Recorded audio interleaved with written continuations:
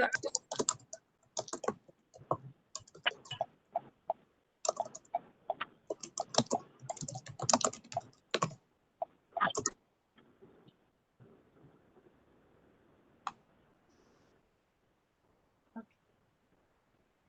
you are all set, Madam Chair. Thank you very much, Sine. Okay, I'm going to call tonight's board meeting officially to order, and I'm going to begin with having our clerk call the roll to ensure a quorum, please.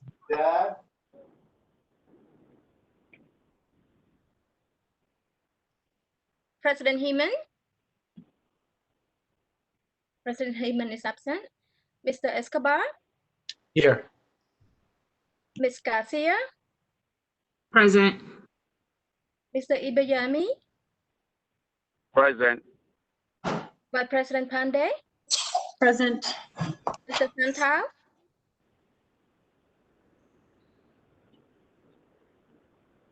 Dr. Santal is absent. Mr. Thomas? Present. You have 5 present and 2 absent. You do have a quorum. Thank you. I do want to also just note that President Heeman will be joining us at some point in the meeting. He did call to let me know that he was running late, but didn't want to delay the start of the meeting. Before we get started with the agenda, I just want to remind folks, if you've joined us tonight, to keep your microphones on mute, just to avoid any background noise or interference. And then when it is your opportunity to speak, you can go right ahead and take yourself off of mute. If there's any technical challenges, let us know and we'll try to help you out. So with that said, we're going to begin tonight's meeting with the superintendent's comments. Superintendent Peters, good evening, welcome.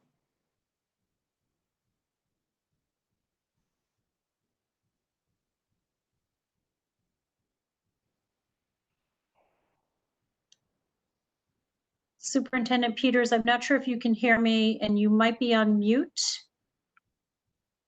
Is that better? We can hear you now, Awesome. yes. Thank you. Yeah, this WebEx, my sound is not working. We've got to figure it out. So I'm calling from my phone. But thank you so much. It's good to see everyone. It's been a busy few weeks. Really good to reconnect and see everyone on the call tonight. Earlier today, I had the pleasure of joining Brown University's President, Christina Paxson, and our very own Commissioner Angelica Infante-Green on a media call to discuss the university's pledge to ensure a full $10 million commitment to the Fund for Education of the Children of Providence. Really excited about that. The administration of this fund is part of the university's work in addressing reparations for its early and historical connection to the Rhode Island slave trade. This will truly be a community effort that includes Brown, Rye, and PPSD, and we're all aligned closely to the work of our Turnaround Action Plan. So in my remarks, I stated that all of our partners in this project share a belief that in education and racial justice, education is the key to equity in this world. And I think that if no more effective action toward reparations than supporting Providence Public Schools children on their education journey. And we know education is the great equalizer. This seems to be, I think, a really good time to highlight some of the work of our Chief Equity Officer, the Equity and Diversity Officer, Dr. Barbara Mullen. She's put together a special professional development opportunity, a Diversity, Equity, and Belonging Virtual Learning Day on August 13th. The day will include culturally responsive learning, anti-racist teaching, and even a book group. And I urge everyone to please sign up. Let's go to our website and you'll see how you can sign up. But I'd like to go back to our partnership with Brown. The university graciously committed to refurbishing Hope High School's Media Center and library, and they're going to pilot a tutoring program that's staffed by Brown students. I'm very grateful to Brown and the other community partners who continue to roll up their sleeves and get to work on behalf of students. And speaking about the community support, I also want to thank Providence residents George and Mindy Matuk. They just had a tremendous donation of 50,000 reusable masks to protect our students and staff when fall reopens. They run the Matook luxury linen business in Fall River, and they're using their considerable resources to make fabric masks and donate them to a number of local organizations in need, including our very own school district. And if you can see, they're even personalized monogram with Providence Public Schools on them. So we're really excited about their donation and this personalized gift that we'll be receiving with the district's logo. And that's to the tune of 50,000 masks from George and Melinda Matook. I also want to take a moment to thank my amazing staff. Art Nevins, Zach Scott, the whole team. They have been working around the clock, day and night, weekends, to hopefully make this reopening as seamless as possible. We know that we've just had a tumultuous time with the COVID-19 reopening plans. The data is changing every day. The science is changing every day. Last week, we submitted our plans to ride. And if you heard the governor's announcement today, we'll have an opportunity to go back and amend those plans. A final plan is due on actually this Friday. But just hats off to my team. I just want to personally and publicly thank them for the work that they've been able to do. And we were happy to submit our plan last week to ride. You also may be aware that our plan include basically 3 or 4 scenarios ranging from full in-person to full distance learning. We are still following the science. Based on data today, we're still about a month out from school starting. So based on what we have today, we're planning for those scenarios, either anything between a full in-person to a full distance learning. The hybrid scenarios is in the range of options that we want to prioritize in-person learning for elementary students and our transition grades, grades 6 through 9. Those scenarios also include moving to an AB schedule where the school occupancy will be reduced by alternating in-person and distant learning with different groups. Our plan will be public on our website on the evening, we hope the evening of July 31st. And we will be rolling out a number of communications to make sure that our families and our staffs have what they need. So there will be deep, rich community engagement and conversations as we try to get to a final plan. Over the course of the school year, we may need to toggle back between the different scenarios depending on the public health situation. And if you remember, we went live a couple of weeks ago with our public guidance, our health guidance. We have an entire handbook that just talks about how we're going to keep students and staff safe should they return in any type of hybrid or full format. And obviously, we want to update that as we get more intel and current data from RIDO and the CDC. In mid-August, we should know which scenario that we are launching for the start of the school year. But I want everyone to know that, as the governor said today, the state will only reopen if it is safe to do so. And we're going to use science and data to make sure that we're making the best decision. Our reopening plans are closely aligned with the turnaround action plan for the district. The 3 pillars, engaged communities, excellence in learning, and world-class talent are built into their work. We've had focus groups and several online town hall meetings just to keep the community engaged, just making sure we were having a pulse on how people are feeling and what their thoughts were. We are ramping up our recruitment efforts for our world-class talent, including more substitute teachers for the fall. We are committed to rolling out a rigorous curriculum that can move seamlessly between in-person and distance learning formats. Next week, we kick off the district learning of American Reading Company curriculum. This is our KA curriculum, and we're so excited to be bringing this learning to teachers. Our elementary and middle school teachers will each receive 2 days of professional learning, and it will be facilitated by the art coaches. The learning is differentiated by grade, ESL classroom, dual language, as well as by teacher experience. The art team has worked collaboratively with our district to make sure that all needs of all of our students will be addressed in the summer learning opportunity. And the learning will continue with additional 12 days throughout the year for our teachers, as well as 10 days with coaches, teacher leaders, and finally 10 more days with our district leadership teams. We're very excited to implement this amazing resource. And as I wrap up, I just wanted to take a few moments to talk about how we are approaching teaching this summer through our multilingual learner program. We have 160 students who began attending a 5-week program that began last week. The goal is not just to minimize summer learning loss, it is also to help students build confidence and familiarity with the online learning in the event that the distant learning continues this fall. The students who are mostly new arrivals or unaccompanied minors receive 2 days of in-person instruction and 3 days of distance learning. And it's working. We're really, really excited about the results that we're seeing.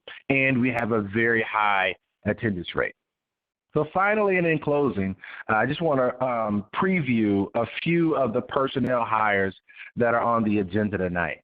As part of our transformation work, our world-class talent, we are aggressively building out our network structure with talent from around the country and right here in our very own city of Providence. After a national search, we have put forward what I believe incredibly qualified and energized new principals at the secondary level. I want to take a moment to thank the community, which was integral in this hiring process. School communities participated in surveys to indicate their priority in school leadership, and interviewing teams that included students, staff, community members from each community. Leadership is the first step to changing culture and elevating outcomes. And I am pleased to say I truly believe that we got this first step right. So thank you, Madam Vice President, for the opportunity to share my comments. Thank you, Superintendent Peters. And I'm going to now turn the meeting back over to President Heemand, who's joined. President Heemand, we are now on item number 3 to approve tonight's agenda. All right, thank you. Is there a motion to approve item number 3? So moved. Motion has been made. Is there a second? Second. Who was that, Mr. Thomas? Correct, President Heeman. Sorry. Seconded by Mr. Thomas. Any discussion? There being none, all in favor? It's a roll call vote. Oh, Gotta do the roll call vote. that's right. President Heeman, Aye. Mr. Escobar, Aye. Ms. Garcia, Aye. Mr. Ibiyami, Aye. Vice President Pandey, Aye. Mr. Thomas. Aye. You have 6 ayes. Okay, it is unanimous. Motion carries. The next item is public comment. Right to be heard. We have several individuals signed up for public comment. I have one person who has submitted a written comment.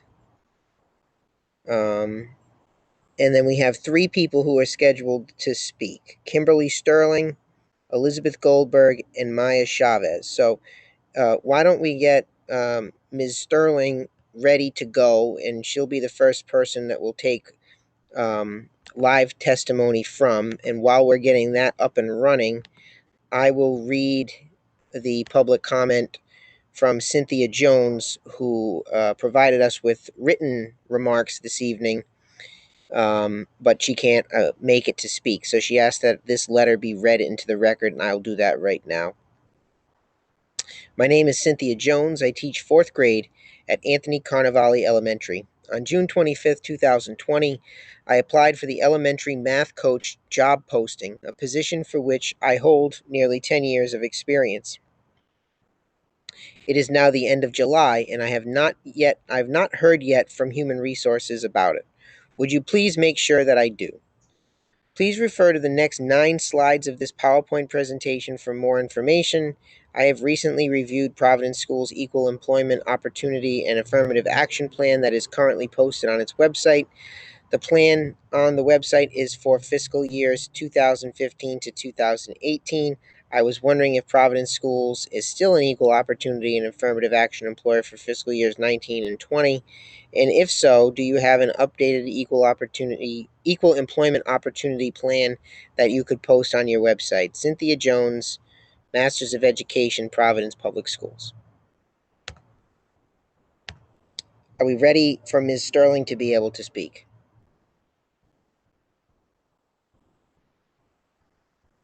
President Heyman, I have not seen her come in yet. She's not come in yet? All right, well, we'll That's a, yeah.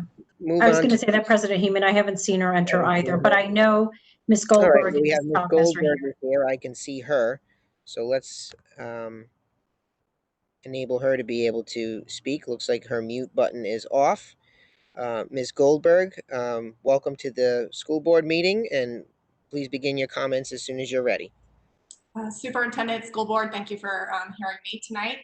My name is Liz Goldberg, and I'm a parent of an incoming kindergartner and third grader at Barton Gregorian. I'm also a practicing emergency physician and have cared for patients with coronavirus throughout the pandemic. I want to speak in support of opening schools to in-person instruction in August with a virtual opt-out option for high-risk children and teachers. We need to consider what is known about virus transmission when making reopening decisions. Several family cluster studies show that kids are rarely index cases or the source of family illness. When whole families fall ill, children are the reason other family members get sick only 5 to 10% of the time. Suggesting the major concerns for schools is adult staff transmitting the virus to each other, not kids transmitting the virus to adults. A widely cited South Korean study showed that kids older than 10 may transmit the virus as often as adults, but the study was conducted during school closures and may be less applicable to the reopening debate. Older children and adults can reliably wear masks. If children do get the virus, their disease severity is low. In Rhode Island, we have had no pediatric fatalities and only one incidence of MIS-C, the inflammatory condition that causes severe illness. Furthermore, school closures are much less effective than other social distancing measures in containing community spread, making fears that outbreaks would be common if schools reopen misplaced. We know that when schools close, informal childcare and non-school gatherings increase, so household members will be at risk whether schools reopen or not. Several organizations support school reopening when case counts and community transmission are low, like in Rhode Island, including the American Academy of Pediatrics. To be sure, I can identify with teachers who are fearful of reopening. What helped me as a mother and parent work on the front line was open, transparent, and frequent communication, adequate protective equipment, and an emphasis on staff safety throughout. Teachers deserve our full support and acknowledgement of the tremendous demands of this new environment. In this vein, I would like to see a major focus of future discussion on reopening being how to retrain kids to move safely through schools with mask wearing and social distancing. And we must make plans to enhance ventilation. For buildings near highways with inability to safely open windows due to pollution or lacking updated ventilation systems, I would like to see investments in standalone air purifiers with HEPA filters, devices recommended by the Harvard Healthy Building experts to clean air. Our children, teachers, and staff will thrive if we are inventive and flexible and focus on a safe return to in-person schooling. I understand the fears and pressures of being an essential worker, and I'm incredibly grateful to teachers and staff for their dedication and service to the children in our district. Thank you. Thank you. Okay. Maya Chavez. Hi, thank you for giving me a moment to speak. I want to say also thank you to Dr. Goldberg. It is nice to see some of the medical professionals turning out to make their voices heard in this discussion. I want to start by discussing some concerns I have with the current public health guidance for Providence. But I want to begin by saying that I'm not here to call Providence out.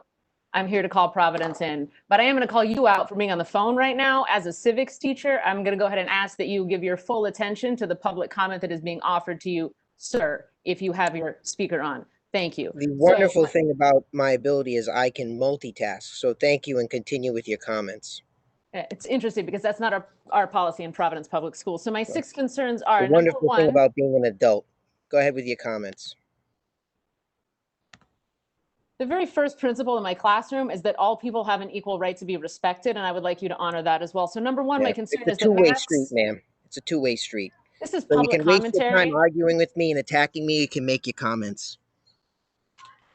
If you interrupt public commentary, you're in violation of the Open Meetings Act. My first concern Go is ahead and masks will report be me. recommended. I will, thank you. Masks will be recommended, but not required in classrooms. Secondly, high schoolers will not be in stable groups, nor will they be able to maintain a distance of 6 feet outside of those stable groups. Stable groups for elementary school students are not being done with fidelity, as specialist teachers will move between groups. There is currently in the public health guidance for Providence no plan for testing. The plan relies entirely on the self-reporting of symptoms, despite the fact that we understand this is a disease that is asymptomatic in 40% of cases. An additional concern, students who arrive at the bus stop in the morning and are showing symptoms will be put on the bus anyway if there is no parent or guardian to take them home. The plan is also based on unrealistic assumptions. For example, if a teacher is sick with COVID, that teacher's class will be moved to, and I'm quoting, a space in the building that is not frequently used, such as a cafeteria or gymnasium. I'm curious what schools are not really using their cafeterias or their gymnasiums. I say all of this because this plan is egregious. The mere fact we've been told we're going to return to a dangerous situation is inflicting trauma on our community. But like I said, I'm not here to call you out. I'm here to call you in. The districts in Rhode Island that face the highest rates of COVID-19 are also the districts that are struggling the most. We cannot be left on our own to try and manage this crisis as a district. We need to ask the state, we need to ask Governor Raimondo to step up and provide additional resources to our community. I was very much comforted by the fact that she's looking at public health data at the municipal level today, but we also, in addition to considering the disparate risks our communities face, we need to consider their disparate needs. So for instance, according to the Economic Policy Institute, less than 1 in 5 Black workers and roughly 1 in 6 Hispanic workers are able to work from home. This puts our families in a crisis situation where they need to choose between leaving a child at home potentially with inadequate supervision and no one to support distance learning and having an income. This is unacceptable for the people of Providence, for the urban core of Rhode Island. We cannot handle this on our own. We need to stand in solidarity with other districts in demanding that the state of Rhode Island provide us with the necessary resources. Thank you for your time. Thank you. All right. I believe that concludes our list of public comment. I don't know if Ms. Sterling was able to join us or not. I don't see her on the meeting participant list, and so we will move to the next item on the agenda, which I need to pull back up, and that is the school board comments. Any comments from members of the school board? President Heeman, I'm going to reserve my comments for when we see our presentations. Sure. Anybody else? We've got the consent agenda. Is there a motion to approve item 6, the consent agenda, which consists tonight of the minutes of February 12th, 26th, March 11th, and May 10th meetings? So moved. Motion is made. Is there a second? Second. Seconded by Mr. Thomas. Any further discussion? All in favor? It's a roll call vote.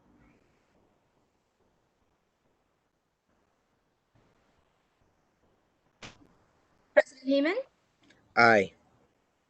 Mr. Escobar, Aye. Ms. Garcia, Aye. Mr. Ibiyami,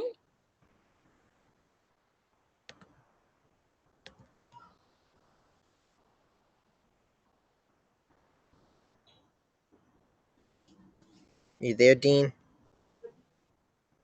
It looks like he's on mute.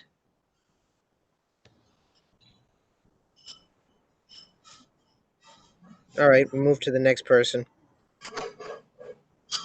Vice President Tunde, Aye. Dr. Santo. Dr. Santo is absent. Mr. Thomas, Aye. you have 5 ayes, 2 absent.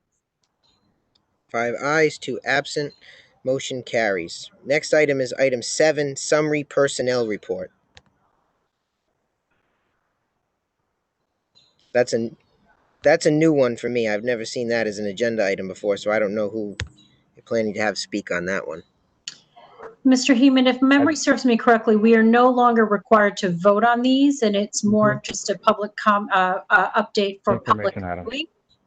And I do not believe that there's any specific report other than for us to recognize that these are the new hires that are coming into the district.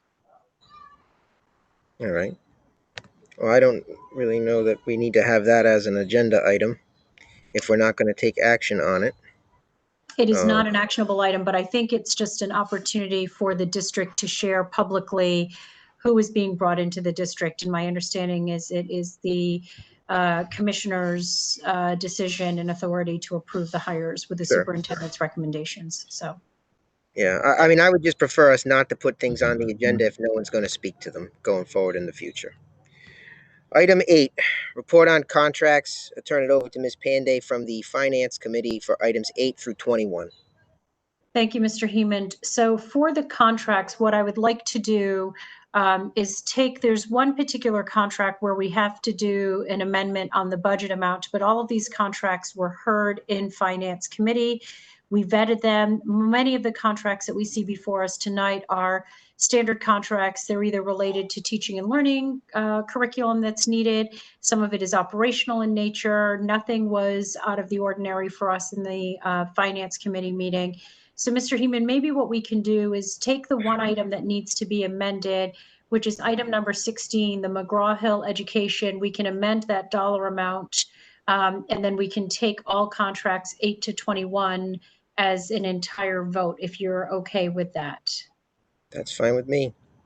Okay, so I know when the Finance Committee reviewed these contracts on Monday, my days of the week are all smashing together.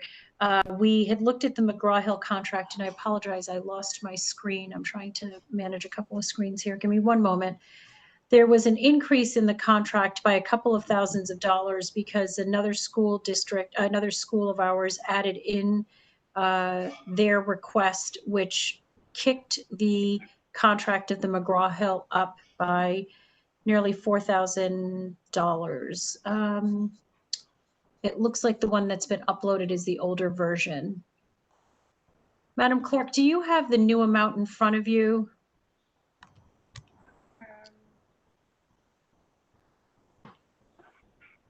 So the one that's been uploaded is not the accurate one. So the amendment will read, if my computer will pull up the contract.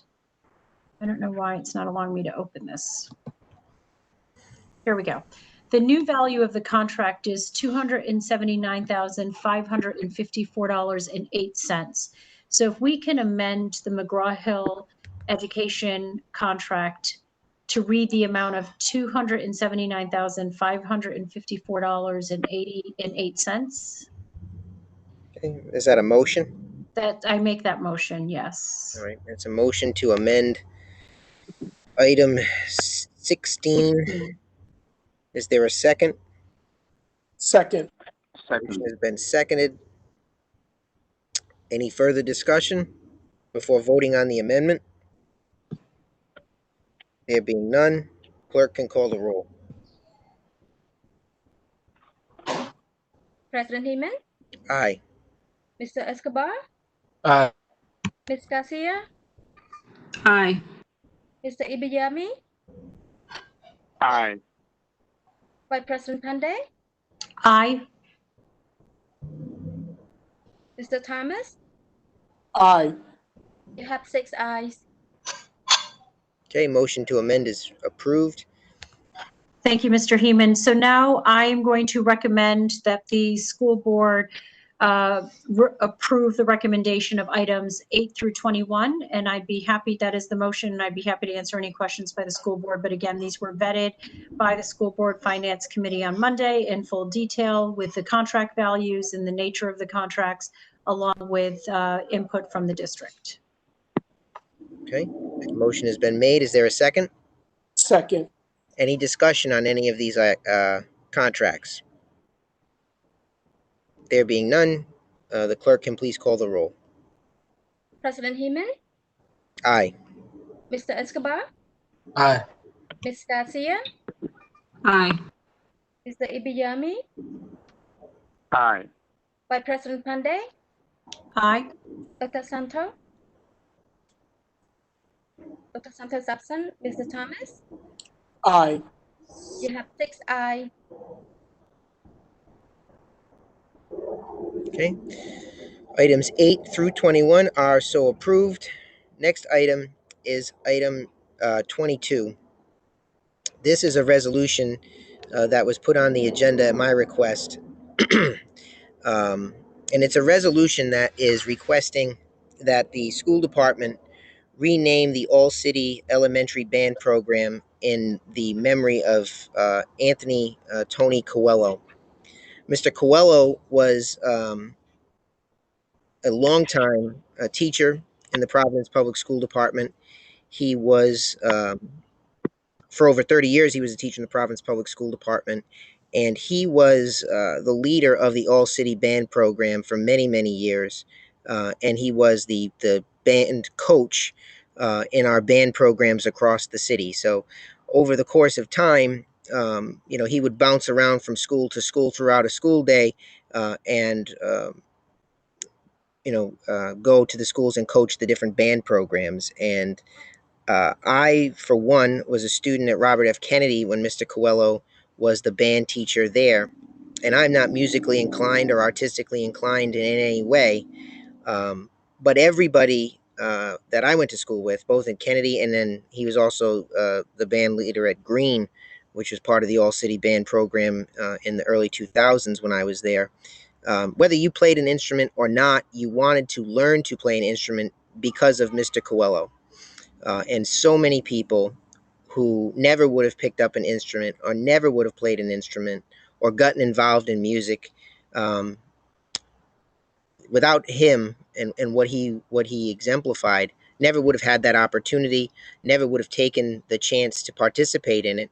And many people were able to discover talents that they didn't know that they had. And unfortunately, Mr. Coelho passed away earlier this month, just a short time after retiring after a dedicated career. And so I was hoping that this would be a resolution that the school board would entertain in naming the All City Band program, a program that he spent so much of his career leading, although it was the All City team itself was for middle and high school students. Now it's for elementary students, so it's a little bit different. But this, I think, is just a token of our appreciation for a very dedicated and long-serving Providence Public School teacher.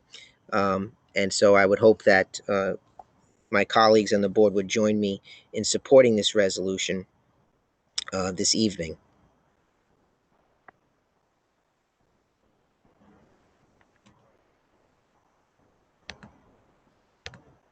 Is there a motion? I was going to say, yes, 22? Mr. Heeman, I will make that motion. Right. Motion has been made. Is there a second? Second. Motion has been seconded. Any discussion? Clerk, can please call the roll. President Heeman, Aye. Mr. Escobar, Aye. Ms. Garcia, Aye. Mr. Ijibabi, Aye. Vice President Pandey, Aye. Mr. Thomas, Aye. you have 6 ayes, 0 nay. Okay. Resolution passes. Ms. Graff can please prepare the resolution for my signature, and we'll figure out a way to get that done and have that sent over to the family of Mr. Coelho, please. All right. We have presentations, items 23 and 24 and 25 scheduled for this evening. And then we also have one other action item, which is item 26, which is the local budget presentation and ordinances. I think it might be wise to take item 26 out of order, as I would imagine that might be a little bit faster than particularly items 23 and 24 are going to be, and we can at least hopefully get that out of the way. So if we could take item 26 now, and I don't know if it's Mr. Scott who intends to present on item 26. And Mr. Heeman, I can certainly provide some additional context as well, because we did review this in Finance Committee. As the board knows, when we voted on our preliminary fiscal year 21 budget, there were a lot of unknown variables, and we knew that we would be revisiting our budget time and time again until we get a clearer picture of what our revenues are from the city, state, and then there's a separate presentation on our federal consolidated resource plan as well this evening, both which were heard in finance. So the local budget presentation that Mr. Scott can review, and we've reviewed and vetted all the ordinances that go along with it. Maybe if we can concentrate, Mr. Scott, on the current state of affairs and take a look at what is known for, or what we're anticipating for revenue, but essentially we are decreasing our revenues. We anticipated additional funding that we do not believe is going to be actualized, and we are proceeding as if we are going to be level funded at the state and local level. And as I shared publicly on Monday night in our finance committee, we anticipate having to review this budget and stay close to this once the General Assembly enacts the fiscal year 21 budget. We anticipate there being some additional modifications. And so the superintendent and our Chief Operating Officer, Mr. Scott, want to make sure that the board and the public is well aware of the moving target. So we felt it was the most responsible thing to do to budget at a level funding until we can know and realize. And so what you have in front of you is that level funded budget. Again, we anticipate having to reaffirm a budget again sometime in August or September once we know the final numbers from the General Assembly. But Mr. Scott, I'll turn this over to you. And if you really want to focus on the numbers that we know, but there's nothing substantively different between this and the previous budget that we endorsed about 6 weeks ago. So content-wise, very similar. The numbers have shifted. Absolutely. Thank you so much and good evening. So as Ms. Pandy shared, we'll be talking through the FY21 local budget. And when we were last here speaking about the budget, we talked about the range of options that we were preparing ourselves for from what we had seen from the original governor's requested budget all the way to a scenario where we would be level funded for next year. So given that there's still uncertainty, we still want to put forth our proposed budget that we are operating against now, knowing that, as is the case any year, but certainly probably more so this year, we'll need to be prepared for uncertainty. So our plan for, as we shared before, we've been planning for multiple scenarios. We are now assuming state and city contributions are the same as they were in FY20. That said, we did go through the exercise to identify where we would invest should additional funding become available. So should additional state revenue come in, which would then imply an increase in city revenue, we have already identified the potential investments we would make to support that. So if we can move to the next slide, we can share a little bit of the different options that we had shared when we were here last time. So what you'll see on the far left are the different sources of revenue in our current fiscal year. And then the middle and the right-hand side have the two options we previewed or reviewed with you last time. And where we are now with our proposed budget is that on the far right side, which assumes no increase from funding from the state and city. And the composition of our revenue sources is typical as what it is in previous years, with a large amount coming from the state and a smaller portion coming from the city. We can move to the next slide. Even with level funding, it's important to note, even when you're level funded, that still requires making some very significant challenging trade-offs. Just because a district has natural cost growth due to any of our labor contracts, any of our large service contracts. So even flat revenue assumes you need to prioritize areas where you might need to make reductions as well as investments. So when we make investments, we do those in the areas that the superintendent identified earlier in our turnaround action plan. So supporting our high need student populations, increasing instructional capacity and resources pushed to schools, and then activities that support world-class talent. So we can make investments, we will do that. And in areas that we need to make reductions, we will prioritize, minimizing any impact on students. And in all of these scenarios, we will need to plan for uncertainty. So we are proud that we have been able to make necessary investments. And what you'll see here pulls from is not solely FY21 local dollars. We had to pull from a variety of sources, but we were able to do so to do what we think are not sufficient, but core investments that we can make for FY21. So as the superintendent mentioned, we've made some significant investments in our high quality K-6 ELA curriculum district-wide, leveraging both FY20 and FY21 funds.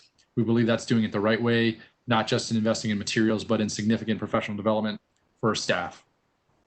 Student supports, if you recall, one of the investments we had to decide on early on, but was one we felt was absolutely necessary, was increasing the number of classrooms for our multilingual learners who arrive throughout the school year. So historically, we've faced challenges. We open the year with some of our classrooms full, which makes it difficult for students that arrive throughout the year to be placed in areas where they're appropriately receiving services. So doing some analysis within our enrollment team, we saw needs at the grades 4 and 5 and 9, at grades 4, 5, and 9. And in those areas, we added classrooms so that we could accommodate students as they come throughout the year. We're also supporting students by partnering with RIPTA to expand bus pass eligibility for students at our high school level, and we can share more about that. World-class talent, aligned with our goal of supporting multilingual learners. We are also supporting 125 staff members in conjunction with the Rhode Island Foundation in obtaining their ESL certification, so that we're equipping our staff with the tools and skills to serve our multilingual learners. And the last one is increasing school level discretionary funding by $40,000, which is not a big figure, but I think it's important to highlight, given when we were making pretty significant reductions in central office. We're doing our best to insulate schools from any reductions in non-personnel spending. So these were the investments that we've made across kind of funding sources for next year that we believe are absolutely necessary. If we look at the next slide, these are the investments that frankly also are necessary, but ones that we do not yet have funding for. So these would be ones that, should funding become available, we would prioritize. So these are similar to what we shared, or the same as what we shared last time. So I'll talk through them briefly. But investing in our coherent academic vision, and this includes investing in coaches as we are rolling out new curriculum, as we are trying to support and build the capacity of our teachers at the secondary in particular, but across all areas in supporting multilingual learners. These were items that we believe would be necessary to increase capacity and coaching in those important areas for the district. Increasing student supports, particularly in mental health and social work, as well as we will be increasing our investment in assessment and translation services, but we believe the need is far greater than where we are now. And so further investment would be made should funds become available. If we look at the next slide, you'll see the other two categories of world-class talent and system and resources to schools.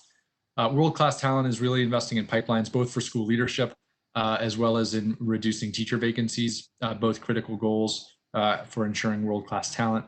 And then lastly, around systems and resources to schools, enhancing our data warehouse to make sure our students, our teachers, leaders across the district are using data to drive decisions.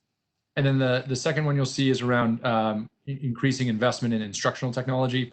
We have already made some significant one-time purchases throughout the summer to make sure we are prepared for the start of the school year, knowing that our IT needs would be critical.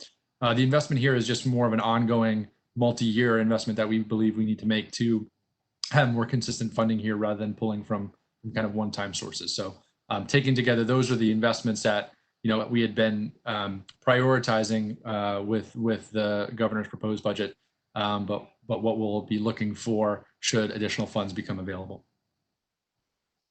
So if we look to the next slide, those were some of the revenue we talked about. Now I want to talk through how we are planning to balance our budget here. So if you recall from when we last met, our operating kind of natural expenditure growth from year to year was around $5 million. And that is, like I said, based on agreed upon, CBA increases. That's large scale contracts we have that just naturally have the district's expenditures grow but for this year by about $5 million. We also added a $1 million investment to expand classrooms for multilingual learners, and that's where we get that kind of total expenditure increase of $6 million projected for FY21. Now, the ways we went about closing that projected deficit were a multi-pronged approach. First was through a district reorganization. So that was through first some pretty significant reductions in central office personnel, and both in FTE and in dollar figures. We also consolidated or combined Evolutions in Mount Pleasant and reduced some of the administrative positions, as well as vacant teaching positions, as well as the culture coordinator positions in our middle schools. So not easy decisions there, but ones that unfortunately were prioritized to help close our deficit. We also had been planning on several deficit reduction activities in addition to that. So reducing just central office non-personnel spending was a big one, big part of those. Reducing non-teaching positions that had long been vacant or underutilized. If we could go back just to the previous slide momentarily. Thank you. Insourcing out of district transportation. So this is using our own transportation contract for out of district placement for schools that operate right outside of the Providence border and can be operated more cost effectively on our contract rather than the statewide contract.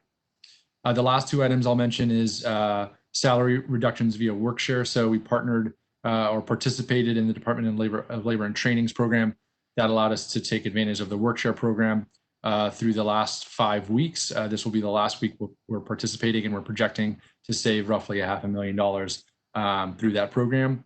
And then last is a non-union salary freeze. So that would be freezing the salaries of non-union staff for next year. And the last number, the $1 million you'll see at the bottom, is a fund transfer from FY20. So running a surplus in FY20, we've transferred those funds to cover the remaining gap in FY21. It's not something we want to do on an ongoing basis, but given the cuts we had to make, we wanted to reduce any further cuts we felt would start impacting students. And so we felt that it was necessary to close the remaining amount with that FY20 fund transfer. So that is the planned expenditure reductions to balance. I'll talk through a few more slides and then we can open it up for questions. So the next slide just highlights a few of the items outside of the budget that we've been working on that I think are important through moving up our teacher hiring timeline, developing a new procurement system that I know this committee has participated in, working with RIDE to launch a teacher recruitment campaign, holding multiple town halls and community forums around reopening, turnaround, and distance learning, and then implementing a network model for elementary and secondary schools that move critical supports out of central office and closer to schools. So I'll conclude just by talking a little bit. This is both a budgetary, but also talks around some of the district turnaround efforts around our central office reorganization and the establishment of our elementary and secondary networks. So if we look at the next slide, just to highlight some of the goals of that reorganization. The first was streamlining operational divisions, including HR, finance, and central supply. That was both in reducing spending in those areas, but also in better aligning the supports that those offices provide to our schools. So actually having liaisons dedicated to specific schools rather than business processes or functions. Reducing total headcount in the central office by over 25 FTEs. And perhaps most importantly, pushing out positions from the central office departments to school-based network teams that take a multi-pronged approach to school support. So really working with under the direction of the network superintendent, working with schools on with these kind of a multi-pronged approach to support rather than having to pull resources from multiple departments that typically can operate in silos. So we've as you saw, some of the hires early in the agenda have built a network team that we think are going to better align supports and resources to schools. Critical to that is just identifying the top talent to fill those roles, and as you saw, we've are well on our way to doing that through the efforts of the network team and the superintendent. So with that, I think we're done with the slides, but more than happy to answer questions that folks may have about our FY21 plans. Anybody have any questions? No, President Heeman, and again, we vetted this pretty thoroughly in Finance Committee.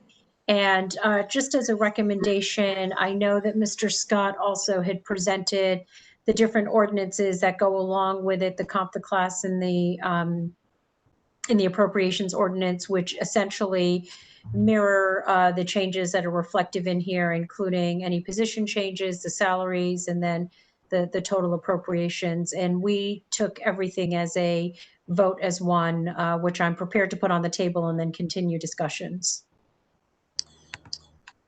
Okay. So that's a motion to approve. Is there a second? Second. Motion has been seconded. Any further discussion? Nothing other than I want to remind the board that we will be revisiting this again Again, this is making assumptions that we know as current state as a level funded budget, but we anticipate additional news to come down once the General Assembly enacts their fiscal year 21 budget. So know that this will be coming before us again. There's no further discussion. The clerk can please call the roll. President Heeman, Aye. Mr. Escobar, Aye. Ms. Garcia, Aye. Mr. Ibayami, Aye. Vice President Hande, Aye. Mr. Thomas. Aye. You have ayes, 0 nay. Okay, the motion carries. We will go back up to item 23, which is a presentation on the school reopening plan.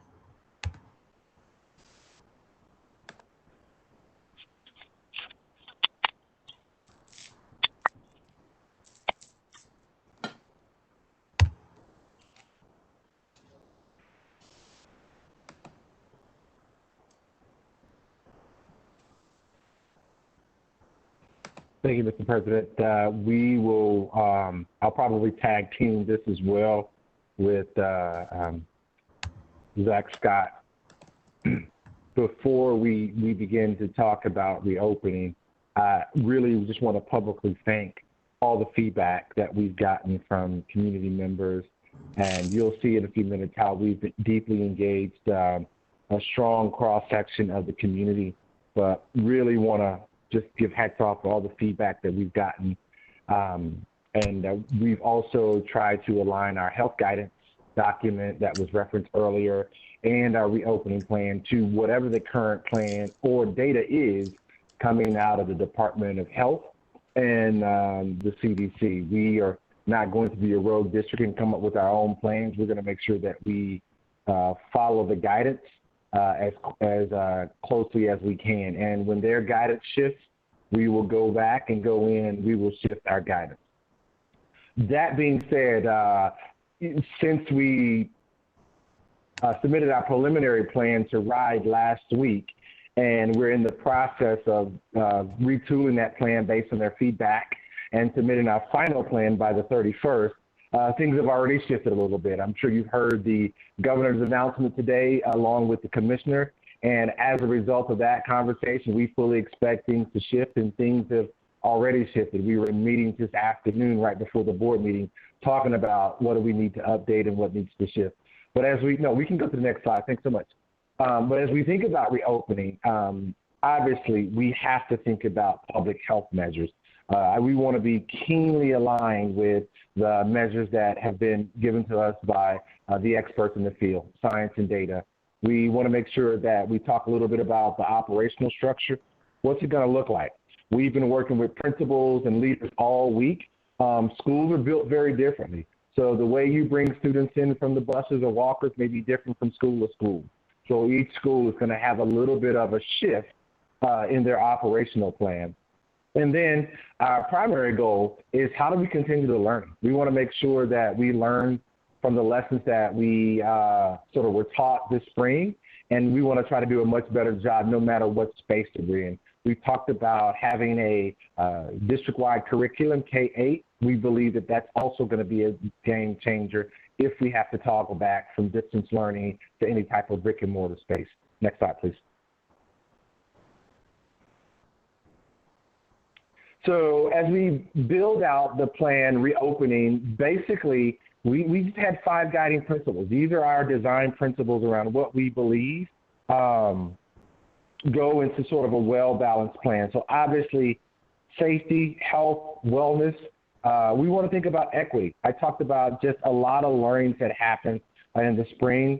A lot of inequities were surfaced as a result of COVID-19. And we've tried to mitigate as much of them as we can. And it's an ongoing challenge, an ongoing opportunity to continue to mitigate some of those challenges.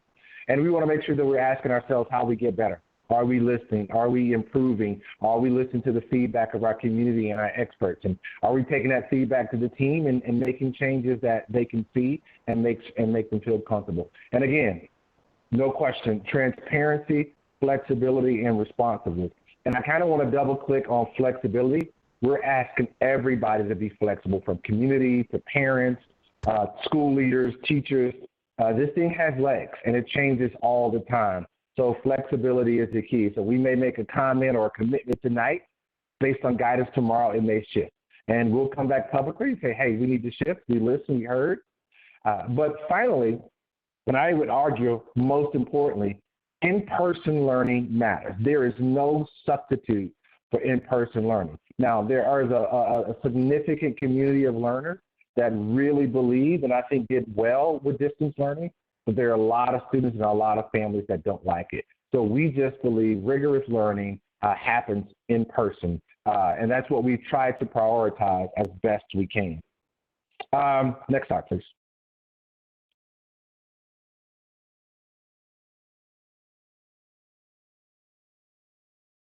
So as we think about the plan, like how do we get there? We had a lot of stakeholder outreach. So as you can see and probably heard, we put out a number of surveys to families, to teachers and district staff, and we had a really solid response rate and gave us some really telling data to be able to start our initial plan. We've received scores of emails at our innovate@ppsd.org. Many people, and I highlighted on the town hall, many people not only giving suggestions, but giving thoughtful plans of what reentry could look like. We held a lot of focus groups, north of 25 focus groups that had educators, students, our union partners, parents, school leaders, community partners. We wanted to hear from as many people as possible as we develop this plan.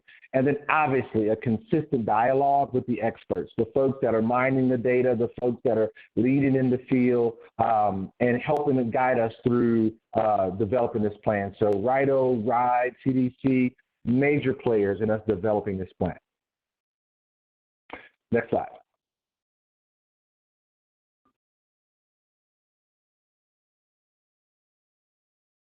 We can go to the next slide. There we go.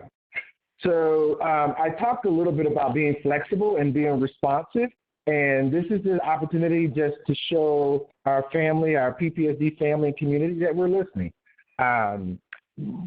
Many folks have asked, can you provide a virtual learning academy option for students?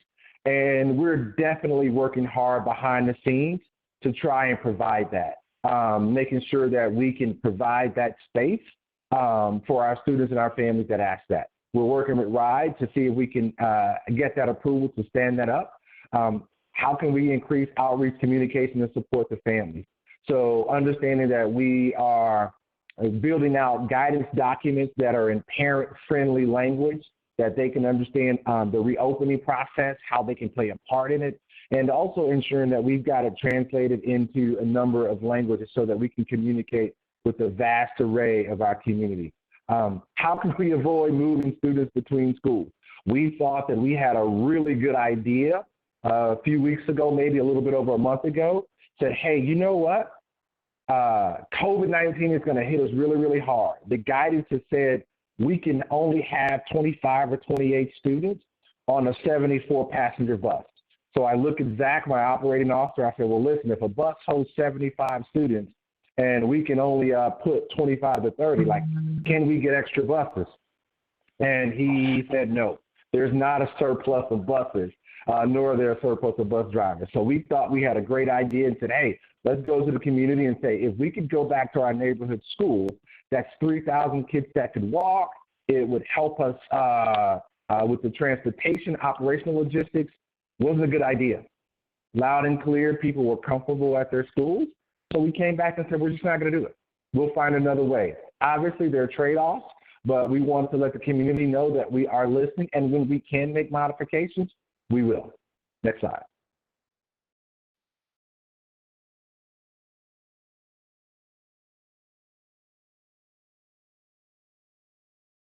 So I said earlier, we've got a pretty significant plan to keep students safe. We want to make sure that we prioritize the safety of students and teachers and our building leaders. They do the work. We have spent significant funding on stockpiling all the personal protective equipment that we can get. We purchased 6,000 Chromebooks. As you know, we had to quickly deploy thousands of Chromebooks in the spring.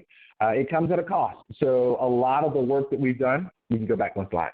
A lot of the work that we've done has just been replacing, replenishing, and refurbishing our Chromebooks. As you can see, we had to purchase about 6,000. 400 additional hotspots. That's always an iterative process. I mean, connecting to the internet is always a challenge. And I talk about the equities or inequities that existed earlier. This was a big one. Reusable masks. So not only to the huge donation that we've gotten from one of our community partners that I talked about earlier today, we've also had to stockpile masks because you heard the governor today that there's a strong expectation that masks are required. So if masks are required, we want to make sure that it becomes part of the uniform of the day, and we want to be able to provide students with a reusable or disposable mask. Hand sanitizer, disinfectant, all of those things that we know make a difference. We are stockpiling that stuff, and we're trying to put it in our, it's being stored in our warehouse as we speak.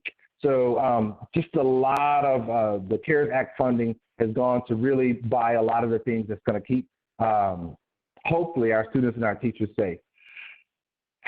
Zach talked about recruiting substitutes, increasing custodians. We've worked with Aramark to increase the number of custodians, a higher level of cleaning, a frequent level of disinfecting, and also working with RIPTA. We know that our secondary students, our high school students, take the RIPTA bus, and they have their own set of guidelines that they've got to adhere to in transporting students as well. So working with them to ensure that there is social distancing and looking at bell times and all of those things that are going to be intricate in us having a safe reopening. Zach, did I miss anything on that slide? No, I mean, like you said, we've been aggressively purchasing PPE and other equipment, knowing that there can be a long, a long lead time. So making sure we have ample supply to start the school year with a plan in place to replenish that throughout the year. Yeah. Next slide. Zach, you want to talk through the operations on this next slide? Sure. So as the superintendent and those who have heard the governor and the commissioner talk as well, the reopening decision will be based on the data that we face, and so that decision will be using that data will tell us which scenario we'll start in. And so on one end of the spectrum, you see on the left-hand side where community spread is relatively low. That's our kind of best case full reopening scenario. But we also know where health conditions could deteriorate, and then we end up in full distance learning, where you see on the right-hand side where there is significant community spread. And so we think of these, at both the elementary and then at the middle and high school level. So in the full reopening scenario, in elementary schools, we are having students attend class every day in regular stable groups, and that is one of the key precautions. In addition to mask wearing and all the additional cleaning and disinfecting that we shared. For grades 6 through 12, we are thinking of either stable classes, and where that isn't possible, greatly reducing the capacity at those school buildings. And we're in the process of considering and finalizing different options for hybrid and distance learning, really prioritizing our grade 6 and grade 9 students, knowing how critical those grades are as transition grades for students. That in-between scenario, if public health conditions deteriorate, would likely result in an A-B day program for our elementary schools, which mean about half come in on one day, 2 days a week, half come in the other 2, and class sizes would be reduced in half to about 15. And similarly at the high school level, either you would maintain stable groups, or you would reduce overall capacity at the high school level to about a quarter. Across all scenarios, regardless of those different scenarios that we may start with or that we may transition among throughout the course of the year, we also are developing an operational plan for a virtual learning academy to support families who need that option pending final approval of our plan.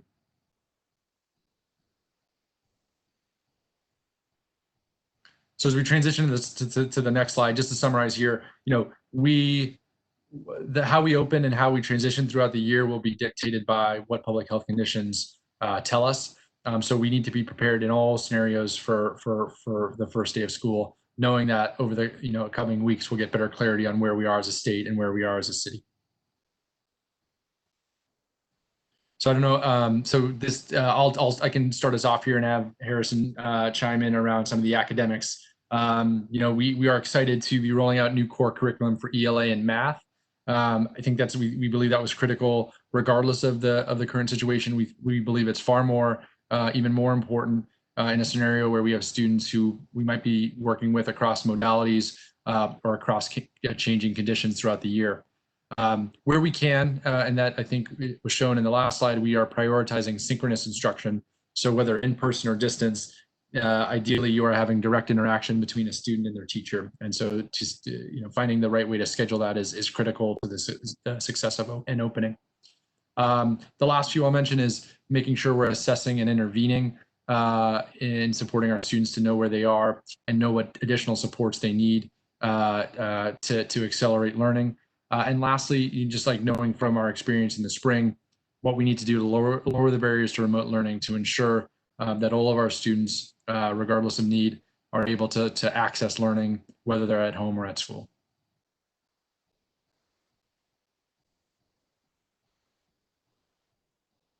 Yeah, so our thinking around just reentry, we want to be able to ensure, and I frequently say this in our community conversations, we are still amidst the pandemic. I mean, we're having infections every day. Unfortunately, around the nation, people are dying every day. We acknowledge, as much as we're trying to reopen schools, that we are still amidst of a global pandemic. So with that being in mind, we want to plan for our students' return, no matter if it's brick and mortar, hybrid, or full-time distance. We've created some transition learning, some transition opportunities, and these transition lesson plans, we've worked with one of our partners, are directly related to basically healing. We know that social emotional learning is critical to the work that we do, and as we stand up and get ready to bring students back in whatever form, we have developed the first 5 days of school, very focused lessons, pre-K through 12, that's going to help students transition back, going to help deal with some of the pain and trauma. Now, I said the first 5 days, we know that we need far more than that. But we believe that we have to be very focused and very poignant the first 5 days as we think about what this learning looks like throughout the entire year. So it's not going to be a one-time thing, but it's definitely going to be something that we're going to definitely focus on and zero in during the first 5 days of school. We want to get back to as close a routine as we can. So we're asking all of us to build out our community building tricks, students, classrooms, teachers, begin to set those new rituals and routines. We're just going to have to reprogram everybody else around school. And Zach talked a little bit about this in the previous slide. We've got students with special needs, multilingual learners, students that are suffering from trauma. We've got to find a way to ensure that our clinicians are leaning in and leaning on to be able to support them and their families through this.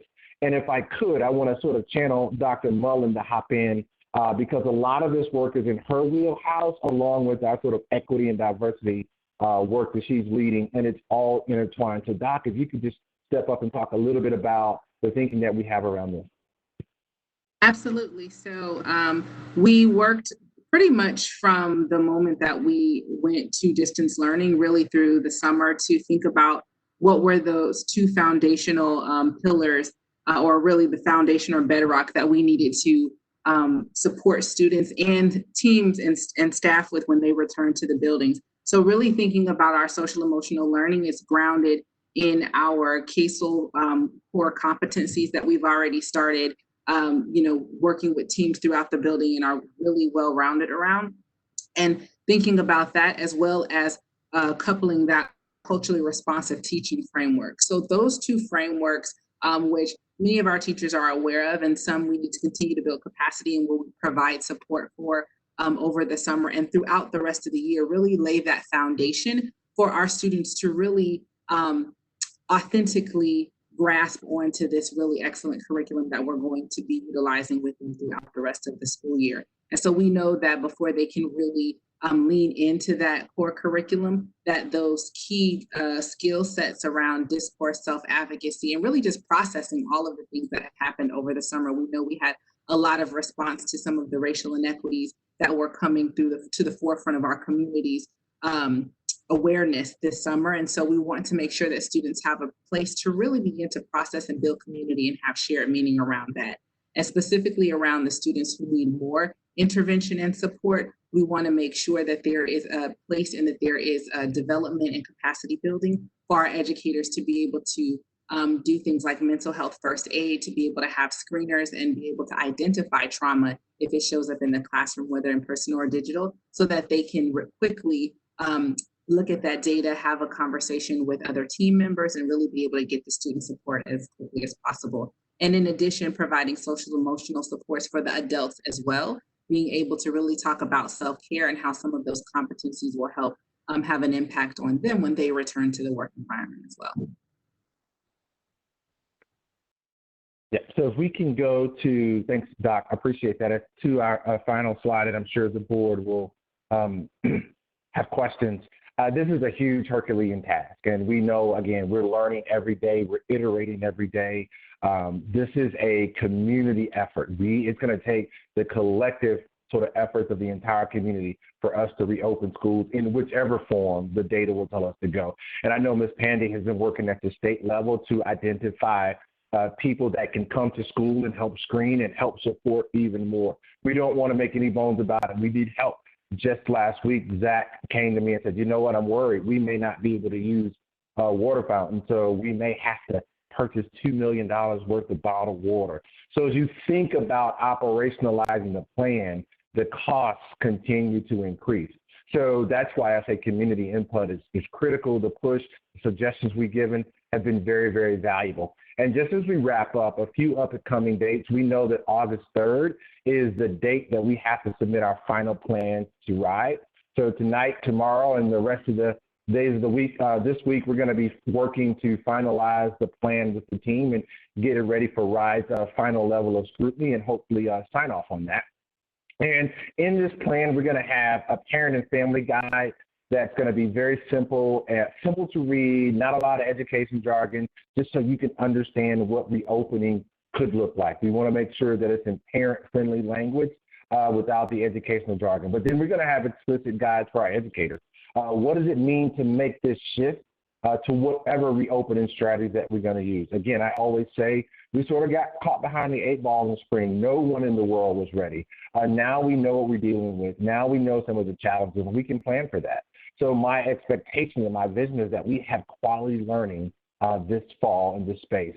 And then community guides, like what does this reopening mean for community partners, how you can help. We're looking to hire more substitutes, more people that can help volunteer to go to classes with stable groups. So just know, again, it's going to be an all hands effort. And then we're going to have a brand new relaunched opening webpage where you can go and get the latest updates of what we're looking at. I talked earlier a little bit about transportation.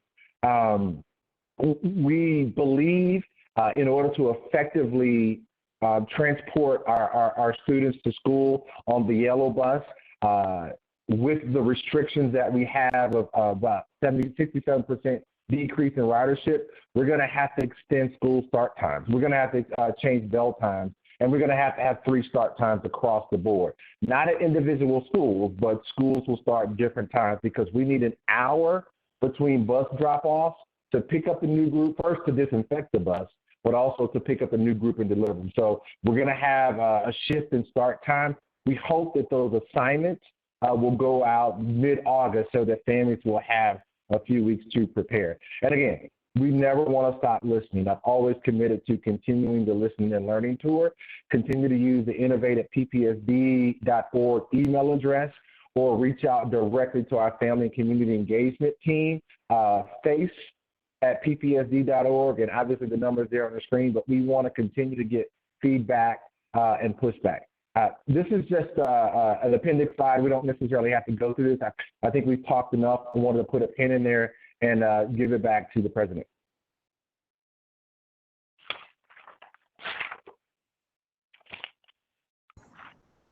All right. Anybody have any questions or comments that they want to make about the presentation?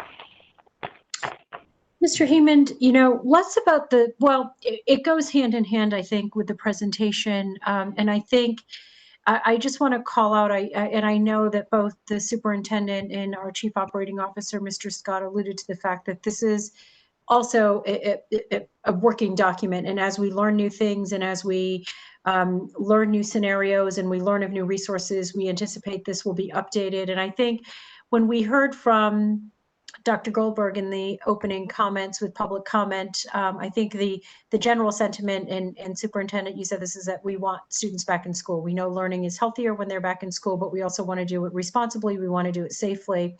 And I heard the doctor talk about resources and leveraging the state, and superintendent reference that I've been working, with the state on some strategies to help us think through additional staffing and whatnot. And the reality is the state doesn't have the resources at its disposal just yet. And hopefully Congress will pass this second round of stimulus funding, which contemplates the much needed resources that schools have been crying for since April, May, and June, even when we did pivot to the virtual model. And I think the truth of the matter is we can't do this alone, right? We need dollars that are going to come in from the state. We need dollars that are going to come in from the federal government. And I think we're hopeful that something will happen in Congress. Our fear is that it might be coming too late, right? And so that is where we're struggling from my perspective. I think everybody is trying to do yeoman's work and figure out, read the tea leaves of what's going to happen, when the reality is all of the resources that are needed to do this at a sophisticated level require significant investments. We heard the doctor talk about ventilation. Mr. Heeman, you and I have been on the school board long enough where ventilation has been an issue that's come up even pre-pandemic, right? And making sure air quality is up to speed, and we've made some strategic investments in that. There's just millions and millions and millions and tens of millions of dollars needed to be able to open schools safely. And I'm not saying we can't do it. I think there's modified plans that we need to be looking at.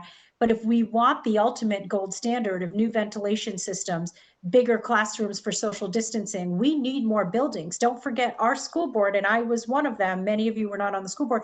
We closed schools as a way to create more efficiencies, financial efficiencies.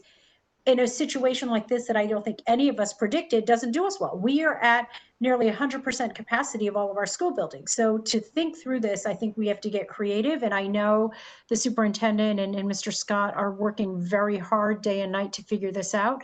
And I think this is my message to the public is we don't know what we don't know, right? We can only go with what we have in front of us. And I hear folks calling for plans and wanting to have really thoughtful public engagement around this and messaging. And the reality is we're all living in a time where the messaging that might happen today might look very different 3 days from now. And I just ask for folks to have a real open mind and be prepared to be flexible and nimble, because information is going to flow at warp speed and we're going to keep trying to keep up with it. But there's probably going to be 8 or 9 or 10 different variations on what was just seen tonight, much like what we talked about with our budget. We are at unprecedented times, and that requires some thinking and making sure that we can do that. So I just want to make sure that we are looking at all of these options, that we are making sure that we can do this safely, and do it in a way that's responsible for our teachers, our students, our families, our communities, and everybody in between. So I feel like I need to say that I know tensions are high around this, myself included. I've been very anxious, and we keep fighting for additional dollars for the district to make this the right way, do this the right way. And hopefully we'll open schools with a solid plan for the moment. And what might look like reopening schools at the end of August might look very different than the plans that come out in October, and then December, and then January. And so this is going to be handled literally day by day, and in some instances hour by hour, as we open schools and we learn that people are going to be impacted by the virus within a particular school, and we might need to roll into action. And so I just ask people to be patient. I ask people to be open-minded about, we don't have all the answers. If we did have all the answers, we would be done and over with the pandemic, right? And so, and again, those resources are absolutely critical and needed. And then we can't forget supply chain issues. I know that we've spent a lot of time trying to just secure protective equipment. I know we talked about air purifiers. Well, the reality is we don't have the disposal of 3,000 or 4,000 air purifiers to deploy. So there's a supply chain issue that we have going on as well. But I know the district is working on trying to mitigate all of those things, which is why I think we need more intervention and more dollars coming through, because the district alone is not going to be able to do this by itself. But and Superintendent, correct me if I'm wrong, but I know you need all hands on deck on this. Absolutely, no question, and any more hands that you can give. And real quick, if you don't mind, Vice President, Zach can talk a little bit about the work that he and the team are doing with looking at air filtrations and filters, yes, and getting them up to code. I know that they've been looking into that. Absolutely. I think Mr. Scott is an important piece of the conversation, and I don't want folks to walk away thinking we are not thinking through that. Because I know that those are all things that are coming up in conversation, and a lot of it is supply chain, a lot of it is installation. So Mr. Scott, if you do want to address that. Yeah, so I can say, just to reiterate a little bit of, we've done a lot, but there's still more to do. So a couple of things that that I'd highlight that have already are in process around ventilation. So one is, and I'm not a mechanical engineer, but the way some of our schools with HVAC systems function is you allow a certain amount of external air to come in, and typically, historically, the amount of external air coming in is relatively low. We are going to move to increase that to the level that our systems can safely handle, because increasing airflow from the outside is an important recommendation that the CDC provides. The second is increasing the quality of our air filters. They were of the appropriate grade, but we are increasing them to a higher grade, the highest level that our systems can run safely. So that's the second one. And then where in schools that have rooms with windows, finding ways to open those safely, again, to increase airflow into the classrooms. So those are all the steps we've taken, and we've been looking at windows in each of our schools to ensure and identify where there are issues. But like you said, there's much more needed that we are working on here to make sure we're doing everything we can that's supported by science in getting ready for the start of school. Can you talk a little bit about how you're thinking about screening, whether it be at the bus stop or at the school door, and what that ideally would look like, and what sort of resources that we need to tap into making that a reality, considering, my opinion, whether it's in any of the businesses that I'm involved with, from going to the courthouse, from going to a daycare, from going to a restaurant, the step one in all of our plans are screening. How do we keep it out? If you keep it out, then it can't spread. If it gets in, that's the biggest problem. And, I talked to 2 principals today, and I talked to several teachers over the past couple of weeks. And usually, you get a mixed reaction. And, the people I've talked to universally are afraid to come back to work, afraid to come back to school. And I think the first thing we need to do is establish, what are we trying to accomplish in terms of screening, and what do we need to do to make that happen? So I'll share our plans around screening. So we kind of are approaching it from multiple angles. So the first is to ask all parents at home to do a self-attestation using Crush COVID or another app, just to get in the habit of reviewing what those symptoms are with themselves and with their children. So that is what we're asking everyone to do at home. But that said, we obviously know that is not on its own enough. So students who ride our yellow buses will be screened by bus monitors as they come on. This is a practice we've adopted as we've done, as the superintendent mentioned, our summer program. Those bus monitors will have signs in both English and Spanish with pictures of different symptoms that are associated with COVID. They'll make visual contact with the student, ask if they have are presented with any of those symptoms, and then give a thumbs up or thumbs down as to whether they are, they have any of those symptoms. So that is for students who are riding our yellow bus. For students who walk or driven, take RIPTA, they'll be screened at the school door with a similar attestation of symptoms from our nursing staff, as well as we have childcare workers who will be supporting them, as we'll need to do this at multiple entrances. For staff, we will be having we have a tap-in system, and we'll be asking staff to kind of affirm as they are signing in that they are, by signing in that they are indeed symptom-free. So those are the steps we're taking. Again, as if guidance were to, changes about how we might do that a different way, or if others have good, ideas. But we wanted to make sure, we're doing it kind of covering all of our bases to ensure before students get into schools that they've been screened by an adult. Zach, why, as part of that, wouldn't we be conducting a temperature check with, I imagine first we need to acquire them. But I've been able to do that under certain circumstances, not on the level obviously that we would need to do, but we were able to get them for the state for childcare. That is my family business. We were able to get help from the state to get the thermal handheld temperature screens.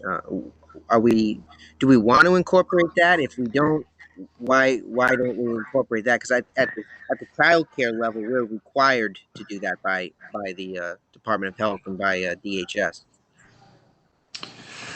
Yeah, so a few things I'd share there. We are, the state is providing each school district with temperature thermometers, with the goal of that is largely going to be for at least now, is the plan that is for our nursing staff for when someone shares they have symptoms. So the current kind of statewide guidance on school and checks does not suggest taking temperature checks. And I think I've heard, the rationale being that the thermometer or temperature checks are but one symptom of what students may have, of which there are many, and that for students who are walking or are just getting off the bus and are moving, they may not always be accurate in kind of their reading. So it has been something we've considered, and frankly, something I think we have the resources to do if we ultimately think that's the right approach. But that's not the guidance we've seen in terms of state guidance for K-12 schools. Okay. I will say real quick that we have been able to amass a significant amount of data from our multilingual learning camp this summer. We've nearly 150 students that are on a hybrid schedule. So 2 days a week, I think we bring them in person. We use our own transportation, and then the other 3 days a week, they're at home. So it's given us a little data on parents' comfort level of putting their children on the bus versus not even interested in having them come to a brick and mortar. There were a small percentage of parents who said, no, we'll just take advantage of the complete distance learning option. In that group, the majority of parents felt comfortable sending their students to the school on a bus 2 days a week. So it's given us a little operational data on what it could look like if we have to bring these operations to scale. And we'll have a little bit more data to share at our next meeting around what we've gathered from that. But preliminary data is pretty telling, and it's helping inform our operational plan when we have to take this operation to scale.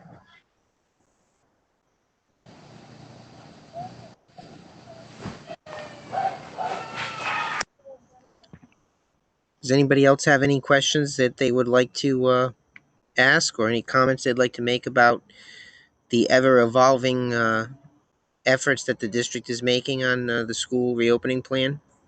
Yeah, I have a few questions. So I know at the governor's press conference there was, I guess, clarity on parents, teachers being able to opt out of going back into the school buildings. Is that true, or is that true for Providence? We've always had the thinking, that we would have some type of virtual option that parents could opt into. What I wanted to be clear about is that we wanted to prioritize our students that had preconditions pre-existing conditions. Those are the students that we wanted to prioritize because we don't know the capacity that we'll have from a perspective of teachers to be able to man the virtual space. Because we've got teachers who want to come back, we've got teachers who are very uncomfortable. But we knew that we know that we can stand up a virtual learning space for those students with pre-existing illnesses. So we always wanted to give parents that option. We didn't want to overpromise, but we definitely wanted to commit and prioritize those students that have those autoimmune compromised medical conditions. So the governor was absolutely in line with what we've been saying for a while. We just want to make sure that we have the capacity to serve the number of families that would take that option.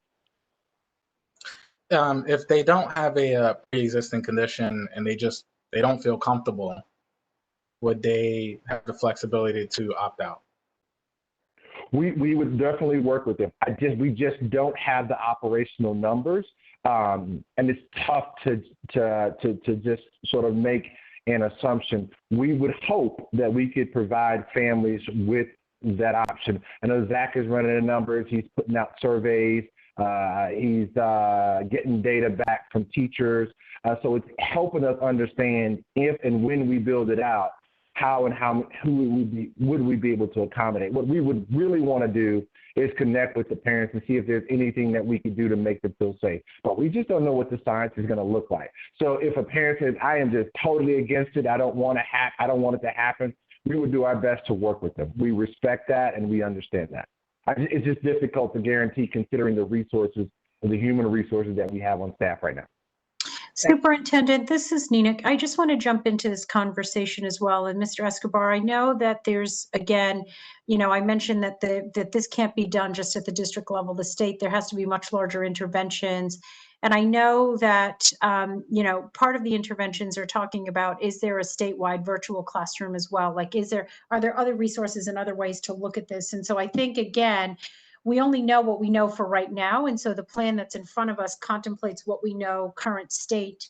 And this could look very different. And I think, Mr. Escobar, the questions that you're asking are the right questions, because if resources are allocated, if Congress passes this, if there's a lot of ifs, and I think, Superintendent, I don't want to put words in your mouth, or Mr. Scott, don't want to put words in your mouth, but you're trying to put out a responsible plan based on what is known for fact today, as opposed to a whole bunch of hypotheticals that may or may not materialize in 2 to 3 weeks. But Mr. Escobar, what you're talking about is already being contemplated at the state level as well, from my understanding. Yes. How do we get more Zoom teachers? How do we get more virtual teachers? How do we establish more virtual classrooms so that there are those options? And Superintendent, I don't know if you want to add, or Mr. Scott, if you want to add to that as well. I think Ms. Escobar had another question, and I can probably interweave my answer into his next question. Oh no, you follow up, Superintendent. Yeah, so working very closely with RIE to see if we could stand up a state virtual space. One of the things that we committed early and often to is when we first started getting data back from the spring, was that a lot of students didn't like virtual learning, but we also had a community of learners that did like it. So my commitment is, why go back?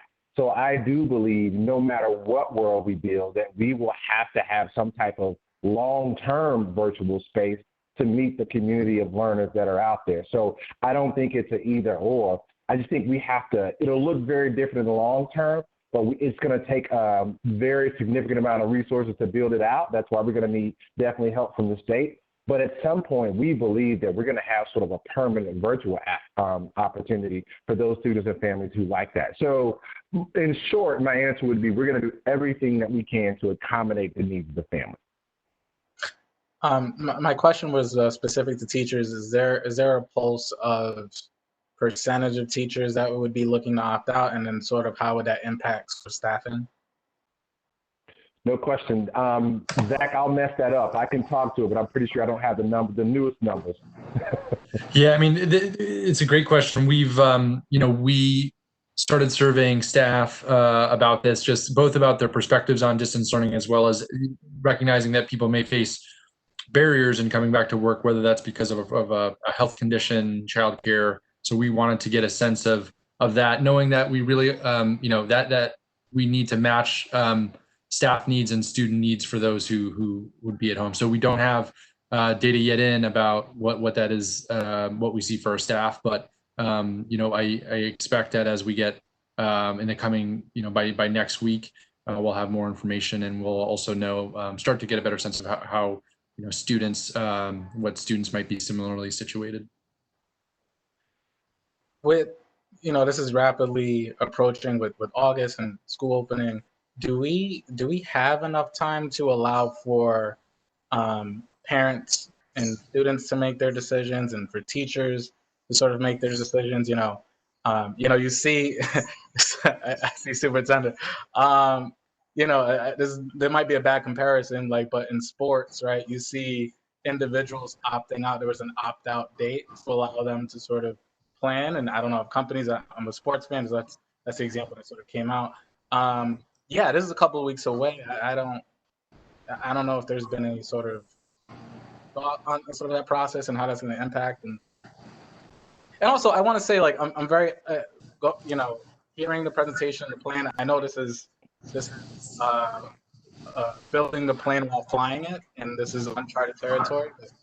These are some of the questions that have sort of popped in my head, and others have asked. Yeah, these are great questions. The very great questions and very fair questions, and questions that we get. So I honestly don't believe that.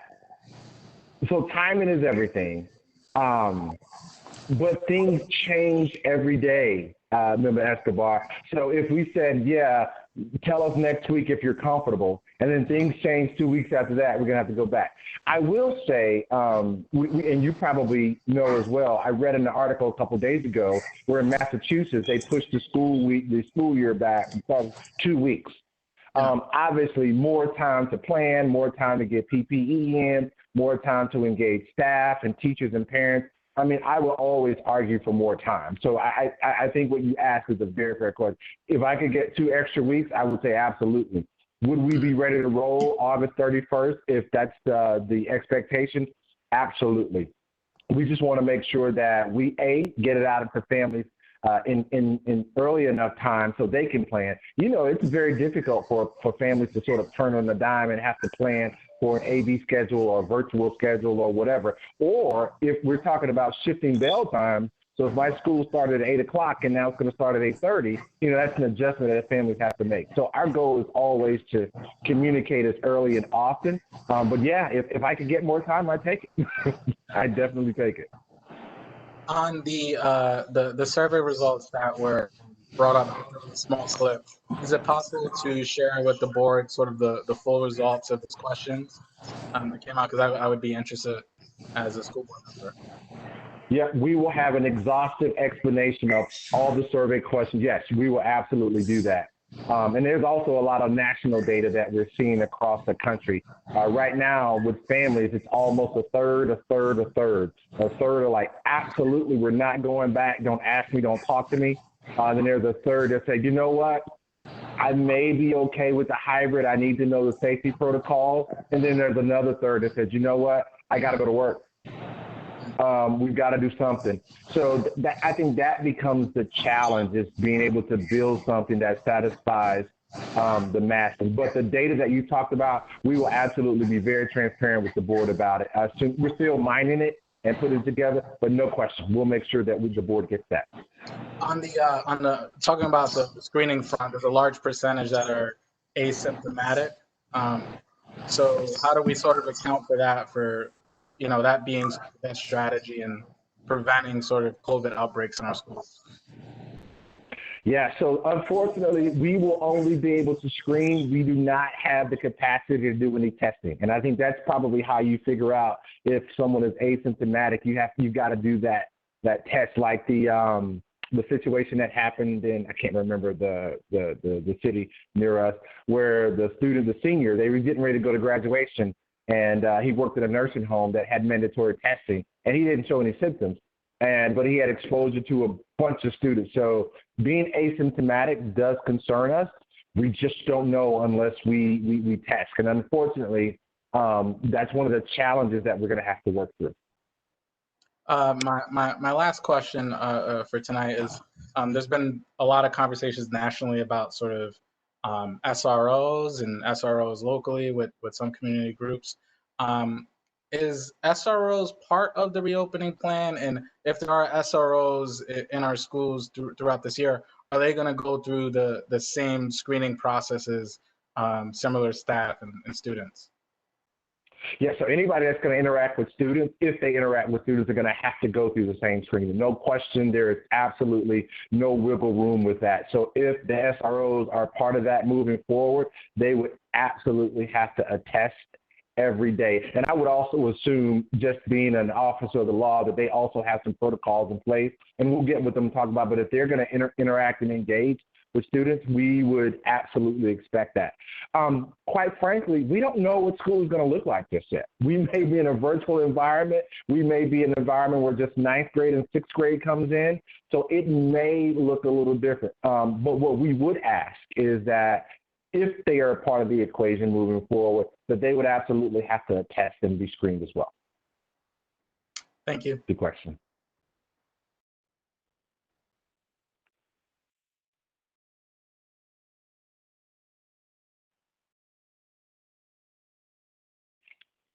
All right, Mr. President, I think that sort of ends our conversation around reopening. We will definitely have an update after we submit our final plan for RIDE for approval. All right. If there are no other questions of the board or from the board, we can move on to the next agenda item, which is item 24, the discussion of the turnaround action plan. I know we have Mr. Capayan on, and I believe other folks from the Department of Education to speak to the turnaround action plan. Hello, Mr. Chairman. Thank you for inviting us once again to speak with you. Hi, everyone. I'm Victor Capellan. I'm the Senior Advisor to the Commissioner at RIDE, and wanted to come today and give you a presentation about our turnaround action plan. And I have with me this evening Dr. Kelvin Roldan, who is our Deputy Commissioner for Systems Transformation at RIDE. And I will be turning it over to Dr. Roldan in 1 second. But first, I just wanted to tell you, by way of update and introduction, we are really just very excited about the leadership of our superintendent. Really have to start there. His leadership and the team at PPSD have done just tremendous work. If you think about, when Harrison came to town, about a month later, the world changed. Harrison has been able to really lead the work through this pandemic and work hand in hand with RIDE to deliver on this turnaround action plan. So we're very excited about Harrison and the team that he is continuing to assemble. We are working very closely between the RIDE and the PPSD team, and I think that we have found a really good way to support each other, to leverage the resources to be able to support the district. And so what you will hear today is sort of the culmination of a number of months of conversations, of discussions with an array of stakeholders that Dr. Roldan will walk us through, and leading into this turnaround action plan. So we're really excited. We maybe are, behind a couple of months, if that, because of COVID, but we are catching up with all of the metrics and everything that we said we would do when RIDE became involved with the district. And this presentation will show you sort of the plan moving forward for this coming year. So let me turn it over to our Deputy Commissioner, Dr. Roldan. Hello, good evening, everyone. Can everyone hear me and see me okay? Thumbs up? Great. Thank you. So first of all, thank you all for the opportunity to come before you this evening. I know that it's getting late in the evening, and you have quite a bit of information shared with you already. So what I will do is I will walk through this as quickly as possible to provide you with an orientation, and then give the opportunity for questions thereafter. Some of you have seen this, some of you have engaged on it. And so, I apologize if this seems a bit redundant. I also want to say that it really has been a real pleasure and honor to work with the superintendent, the commissioner, and the team at PPSD, who have really taken on to this work with great stride, passion, and engagement in moving this work forward. For those of you that haven't had the opportunity, you can always visit 4ppdkids.com, where you will find all the details associated with the plan. And that will also be the place to go for any news, information, updates on data, and so on regarding the plan. By way of background, I come to this work after having spent well over a decade in Hartford, Connecticut, where I grew up, and in one of our housing projects here, and then came back and forth and spent several years in the mayor's office as head of policy in the district in various roles. Thereafter, as a state representative and deputy majority leader of the House of Representatives in Connecticut, where I was able to see school reform efforts, including the authoring of the 2012 reform legislation for Connecticut, from all of those levels and understanding it well, and thereafter going off to Harvard and then having the opportunity to join the team here. One of the things that has been really great about the work that has been done in Providence today is that typically what you see when these kinds of reform efforts are taken on nationally is that you have a superintendent, commissioner, whoever may be in charge, come in with a set of ideas that then they try to get the community to buy into as a result of those. Instead, what we have seen here is really the reverse, in that there has been a remarkable community engagement effort up front, and a lot of the strategies that you will encounter over the upcoming years are really stemming directly from the engagement of the community yourselves and the many voices that are reflected in this plan, which we account for being well over 2,000 individuals. The plan itself is divided into these sections. There is a letter from the commissioner and the superintendent, an executive summary that elevates all of the findings, a description, a very clear description, in fact, of the stakeholder engagement process, the root cause analysis work that was done, strategic objectives and initiatives, goals and benchmarks, which will be the majority of my presentation tonight, a progress monitoring section that articulates how we are going to hold ourselves accountable for what we say we are going to do and how we are going to report that to the public and all the stakeholders. And then a very thorough appendix that shares all of the data and information and how we arrived at it. The plan is built around 4 core values, 3 pillars, and 5 promises. The 4 core values being students first, equity and access, transparency, and results. I'm not going to read all of the words here, but these are pretty clear in their intent. Secondly, you will have heard the commissioner, superintendent talk about these, excellence in learning, engaged communities, and world-class talent. These are the pillars that we utilize in order to organize the plan. And then we added one additional foundational principle to this, which is around district systems, which is the function that central office plays in execution of the work and in supporting schools, principals, teachers, students, and families. The 5 promises, I typically do take a moment to read these because these are really what we are saying to the community that we are going to keep our word on, because this is what we have heard on and on throughout. Every student will attend a school that is safe, modern, and has a positive, respectful school culture. Every school will be staffed and led by supported, empowered educators. Every family will have the opportunity to choose among multiple excellent instructional programs. Every student will have access to robust, rigorous extracurricular and co-curricular programming. And every student, family, and educator in Providence will benefit from an efficient, effective, and responsive district administration. These are the things that we have heard from community members throughout. And so I always like to take a moment to reiterate why it is that we're doing the things that we are doing. The stakeholder engagement process, as you know, was very thorough. From day one, the commissioner, and from day one, the superintendent in his tenure, have really taken the care and effort to engage with stakeholders directly. This is but a sampling of what those are, but even before the COVID-19 pandemic hit, you would have found the superintendent and the commissioner in schools by 7 a.m. for coffee hour. Those seamlessly transitioned to Zoom thereafter. So those are still taking place. So even as we have already articulated what the strategies might be, those actually continue to happen. The engagement continues and the data gathering and input continues.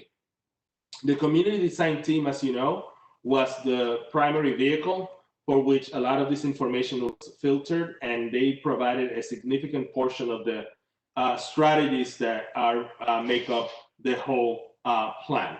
But obviously, there was a heck of a lot more involved in that process. The analysis and the root cause analysis itself is grounded on a lot of the information that many of you are familiar with, and then we went beyond that. So the Johns Hopkins report, the 1993 probe report, the Ernst & Young analysis, which you are familiar with, but we also have school-based data, information that was provided to the Bard Foundation and our partners, School Wars, School Empowerment Network, and many, many others. And all of that information was taken and compiled into a high-level analysis that is categorized by this pillars that I mentioned earlier: engaged communities, world-class talent, excellence in learning, and district systems. None of this information will be new to you. The feeling of powerless and isolation that many of our families feel, the training and needs of schools and principals and teachers and educators, the performance level of our students, and how those supports that schools are providing are not moving the needle in the manner that we need, down to district systems, which includes obviously the constraints that are created by the current structure of the collective bargaining agreement. I mentioned earlier the important role that the community design team played, and here it is in actual hard numbers. Of the initiatives in year one, 9 out of 15 stem directly from the work that the community design team put into this. In year two is 7 and 13, and in year three is 10 of 12. Now, it's important to note that this is a 5-year plan, and that the measures in the plan are for those 5 years. However, we have articulated strategies only for the first 3 years. So there is a plan to revisit these every year, and certainly revisit them at the end of year 3, so that we can adjust and then articulate what years 4 and 5 will look like. There are a lot of metrics in this plan, an awful lot of metrics, but not all metrics are equal. And so we have elevated a certain number of metrics to what we call power metrics, the definition of which you see on the screen. Those power metrics, again, I'm going to orient you slightly here before I go on, are categorized by the 3 pillars: engaged communities, excellence in learning, and world-class talent. There is a definition of what it is, a baseline, and where there isn't a baseline, and we will enter into a baseline building year next year, there is an NA, and then there is an articulated goal projected to 5 years from now, to the years 24, 25. We start out with this question of perception, favorable perception of being involved in their child's school by families. Our baseline, according to SurveyWorks data, is 25%. We'd like to see the district reach 80% by the end of these 5 years. Now, let me also add a note on this data. These are very attainable goals. Some of the goals are aspirational and certainly tough to reach, but very much so reachable. And I will explain furthermore in a second about that. The second one here being around the rapid response system. We have heard over and over and again about the need for a greater customer service orientation from the district. And so we established a goal here that the district will be able to respond to a concern raised by an individual within 24 hours. That doesn't mean that the issue will be resolved, but it means that there will be a system in which within 24 hours, whether by email, phone call, or otherwise, the individual gets a response from the district saying, hey, we heard you and we're working on it. The majority of the metrics, as you can imagine, are in the excellence in learning area. The first one here being students enrolled in a two-star school or higher, being 51% as a starting point, growing to 100% within the 5 years. Now, this is aggressive, very aggressive. And I will add a little more to this, that this is a floor, but not a ceiling. And let's move to the dark blue here for a second so that I can further contextualize that. So if you see here, we have RICAS measures for math, ELA, and SAT. And some of these measures, as you can see, are either single digit or low double digits, and growing from 55% to 68% being the highest in ELA third grade in the RICAS.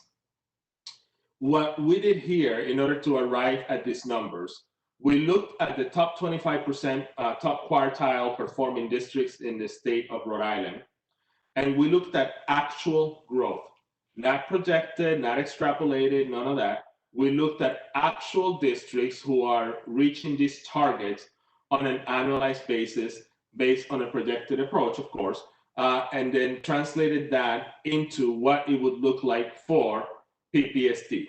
Now, let me be clear. These are actual numbers that we are utilizing in order to come up with these projections. So they are districts in the state of Rhode Island that are growing at this particular pace.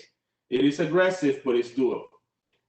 Now, if we take a look at these numbers and correlate those to the star ratings of 2 stars, that means that in order, as you reach these numbers, you are going to see a greater mix of 2-star or higher school in the district.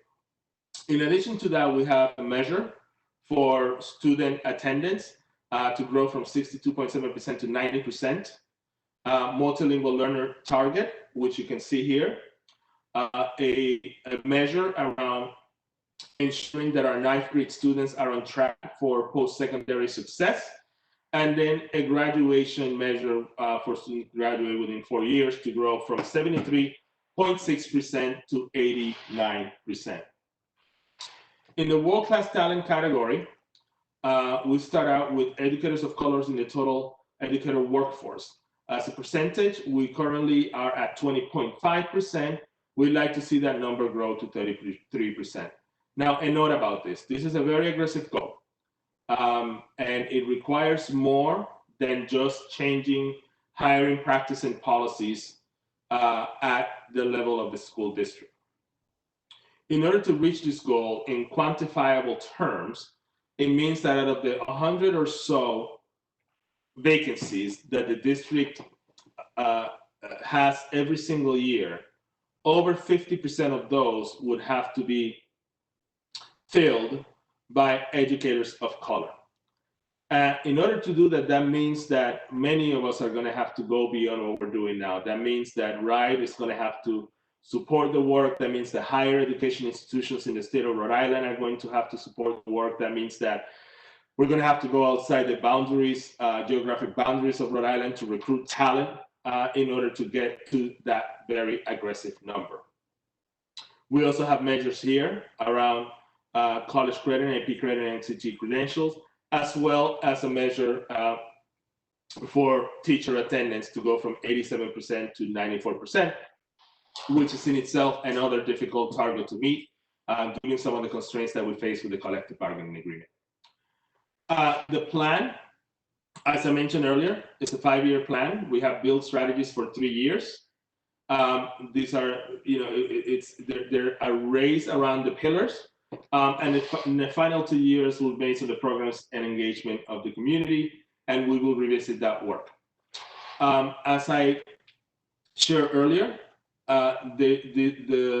we articulate a certain set of root cause problems. We attach initiatives to those, and then we develop measures for each one of those. At this point, I'm going to hand it over back to Victor, who's going to speak a little bit about progress monitoring. Thank you, Calvin. So one of the things that we wanted to make sure is that we are looking at the plan in an ongoing basis. The commissioner made a commitment that this plan will be a plan that will be a living document that we will learn together, and that we will monitor what we're doing and make the necessary changes as we go to make sure that we're meeting our benchmarks and that we're meeting our promises.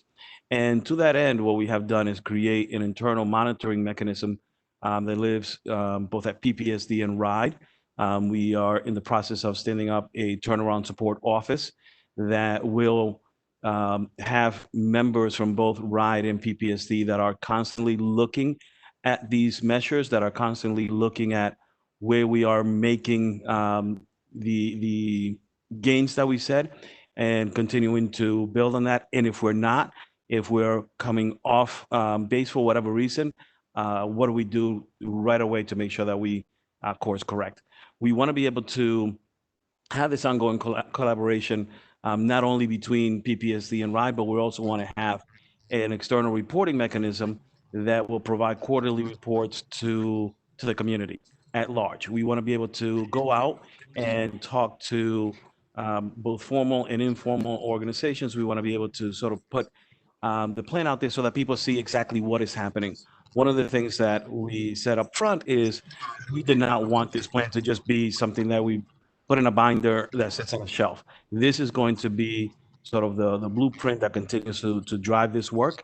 And we expect that we will make revisions every year.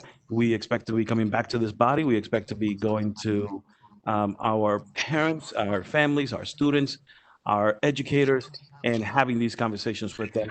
We will be having a very transparent and public way of reporting on the progress so that we can all be held accountable in terms of here's what the promises said, here's where we are in terms of delivering on those promises. And as the superintendent said earlier, this is also an opportunity for us to say, you know what, we need help. If there are ways for folks to get involved, we will ask for that. We want people to be a part of this plan. And as soon as our schools reopen, they will also have a way of having report outs and get their families, students, and educators involved in making this plan a reality. So that's the commitment the commissioner made, and we are going to make sure that we are delivering on that promise. And so just to finalize here, you're going to be, if you want to visit the 4ppdkids.com website, you're going to be able to find obviously the plan. But in addition to that, you're going to find all of the notes that went into putting the plan together, which include all of the analyses, as well as the technical notes for how the metrics were constructed, and also other collateral information, including all the full recommendations of the community design team and other information that you might find important and relevant to your work. With that, I'll stop the presentation and hand it over back to Victor and Superintendent. Thank you. Thank you, Dr. Roldan. And let me just ask Superintendent if there's anything else that you would like to add in regards to the turnaround plan and from your perspective.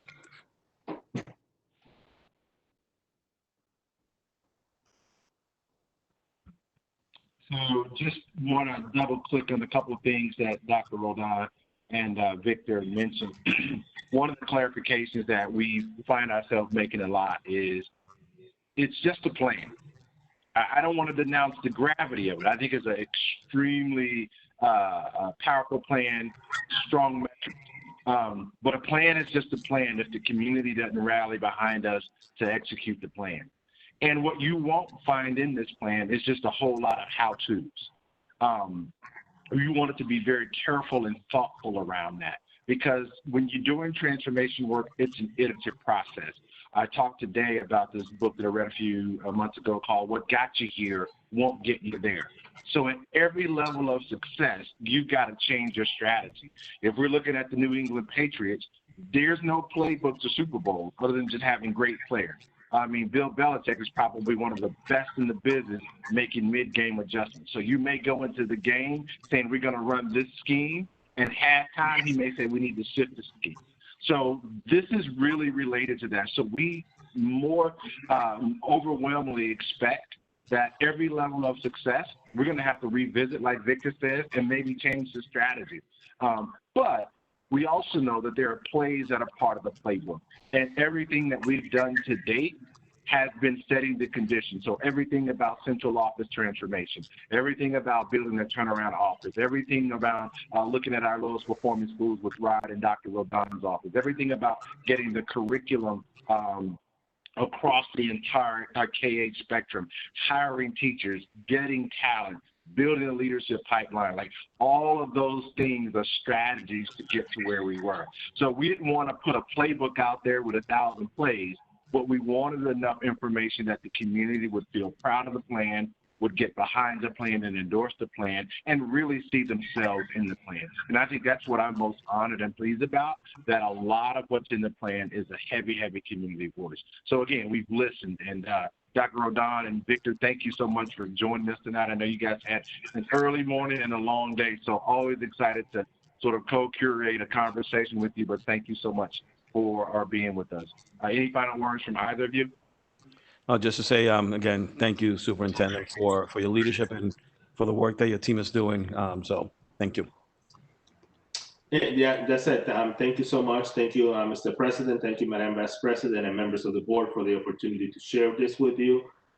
We realize that this is a lot of work, and we realize that this would be a lot of work without a pandemic in the middle of it. And so we have to work twice as hard to make it happen. So thank you. Any of the board members have questions for our friends from the Department of Education or the superintendent regarding the turnaround plan?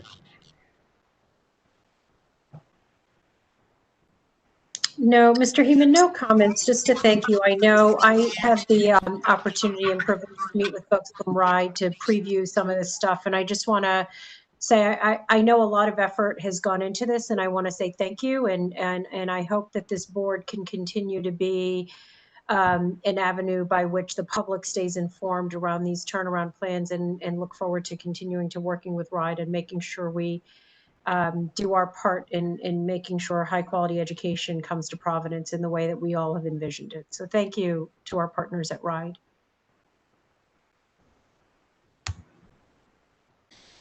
All right, if there's no other questions or comments, we will move on to our final presentation of the evening, which is the, lost my agenda again, hold on. The Consolidated Resource Plan, Mr. Heeman, that is the federal budget. And again, this was reviewed at our Finance Committee. As you know, the board likes to look at our budget in a whole. And so what Mr. Scott presented to us earlier this evening was our local budget, which contemplates the state contributions and city contributions. And then to round out our budget, because most folks here and know our budget to be, you know, north of $410 million, the gap between what was presented in our local budget and that $412 million budget is the federal dollars. And so the Consolidated Resource Plan clearly lays out our plan on spending those federal title dollars. And so it's a pretty quick update. There's no surprises here. Unfortunately, there isn't a ton of infusion in this. It's been pretty constant in terms of our federal dollars for the last couple of years. For those of you who've been on the board for a while, we'll see. And so Mr. Scott can go through this pretty quickly, but again, no surprises, straightforward things, a lot of restrictions on how these federal dollars can be spent. And I know that we've prioritized teaching and learning and student supports in the federal plan. So thank you again to the superintendent and Mr. Scott for your leadership on this. But Mr. Scott, if you want to go right ahead. Of course. Thank you so much. That's perfect framing for this. So this will be an update on our FY21 Consolidated Resource Plan, or CRP. So we'll go kind of give an overview of the CRP and talk through the different allocations across the funding sources in the CRP. We'll share a little bit about the budget process and budget development process, and then open it up for conversations and questions that people may have. So if we look at the next slide, it gives an overview of what the CRP is.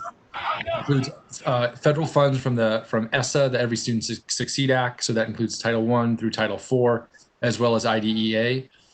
These funds are meant to enhance, not replace local and state funds. So the phrase you often hear is supplement, not supplant. So these are not kind of used to support core function of the district, but to enhance in certain areas that those funding sources are prioritized for.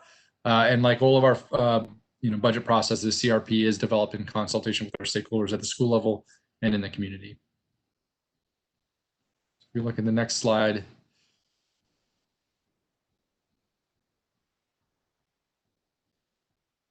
Like our all of our resources, we align to the goals of our district, and like we showed in our local budget, that is the turnaround action plan. So that's prioritizing against the 3 pillars of engaged communities, excellence in learning, and world-class talent, as well as that underarching kind of overarching efficient district systems that we prioritize for district transformation. What you'll see on the next slide are kind of funding by source over time. So the main kind of a few big takeaways here are this: the allocations here don't grow a substantial amount. So this year was somewhat on the high end, but it's still just around 2.5%. And so many of the expenses on that in this budget grow at or a faster rate. So this is not a significantly growing funding source for the district. The largest one is Title I. So this is to improve academic achievement for disadvantaged students, followed by IDEA, which is for support for our special education programming, and then also some smaller funding supporting teacher quality, multilingual learners, and some student support and academic achievement and professional development. So taken all together, our FY21 allocations are around 30 million, up about 2.5% from the prior year. So if we turn to the next slide, a little bit on the development process. So again, prioritizing, aligning spending here with our turnaround action plan and working with our parent advisory councils to engage in budget development. School requests align to their school improvement plan. So as schools are developing their individual title budgets, they're doing so in alignment with their SIP. And then, there are additional funds and school improvement grants within Title I that our community advisory boards, or CABs, are deeply involved in. So the CRP will be, is being submitted in July, and that allows for substantial pre-approval from RIDE to begin spending in certain areas for the start of the school year. To highlight a few of the investments here, and some of these are going to be familiar from the previous presentation because we highlighted those that tap into both local and federal sources.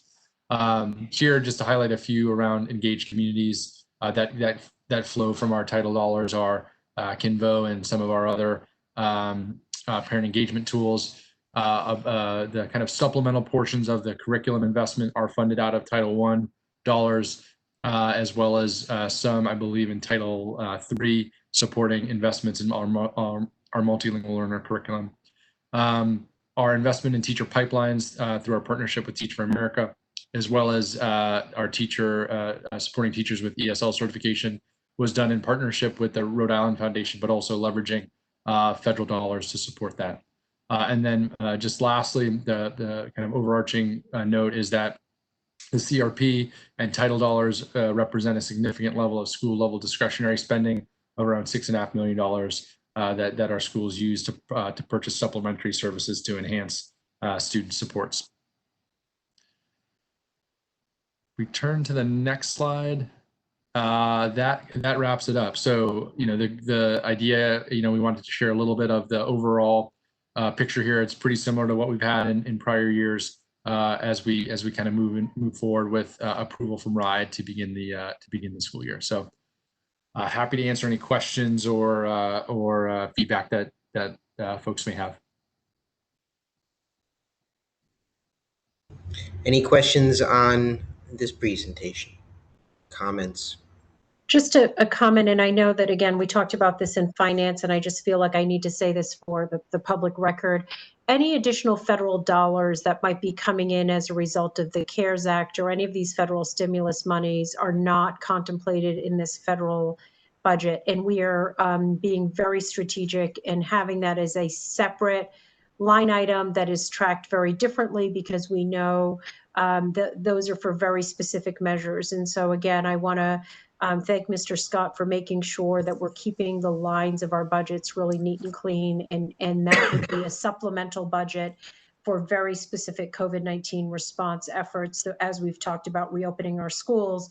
And so our federal dollars for this fiscal year might in fact be more than what was presented, but that would be a separate side step with separate intentions, with separate line item budgets.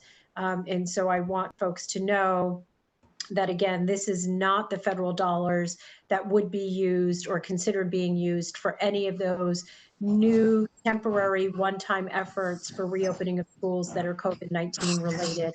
There are very specific federal guidelines around that. It has to be managed and tracked very differently. So while we talked about this as a federal budget and it being a comprehensive plan, it is a comprehensive plan of title dollars that typically go along with funding education. It is not the stimulus money that we've been talking about to use. And so, again, that'll be something that we'll be monitoring and watching separately. And I feel like I need to say that for those who are hopefully still with us and watching us, because that is a different, and I don't want people to conflate the two.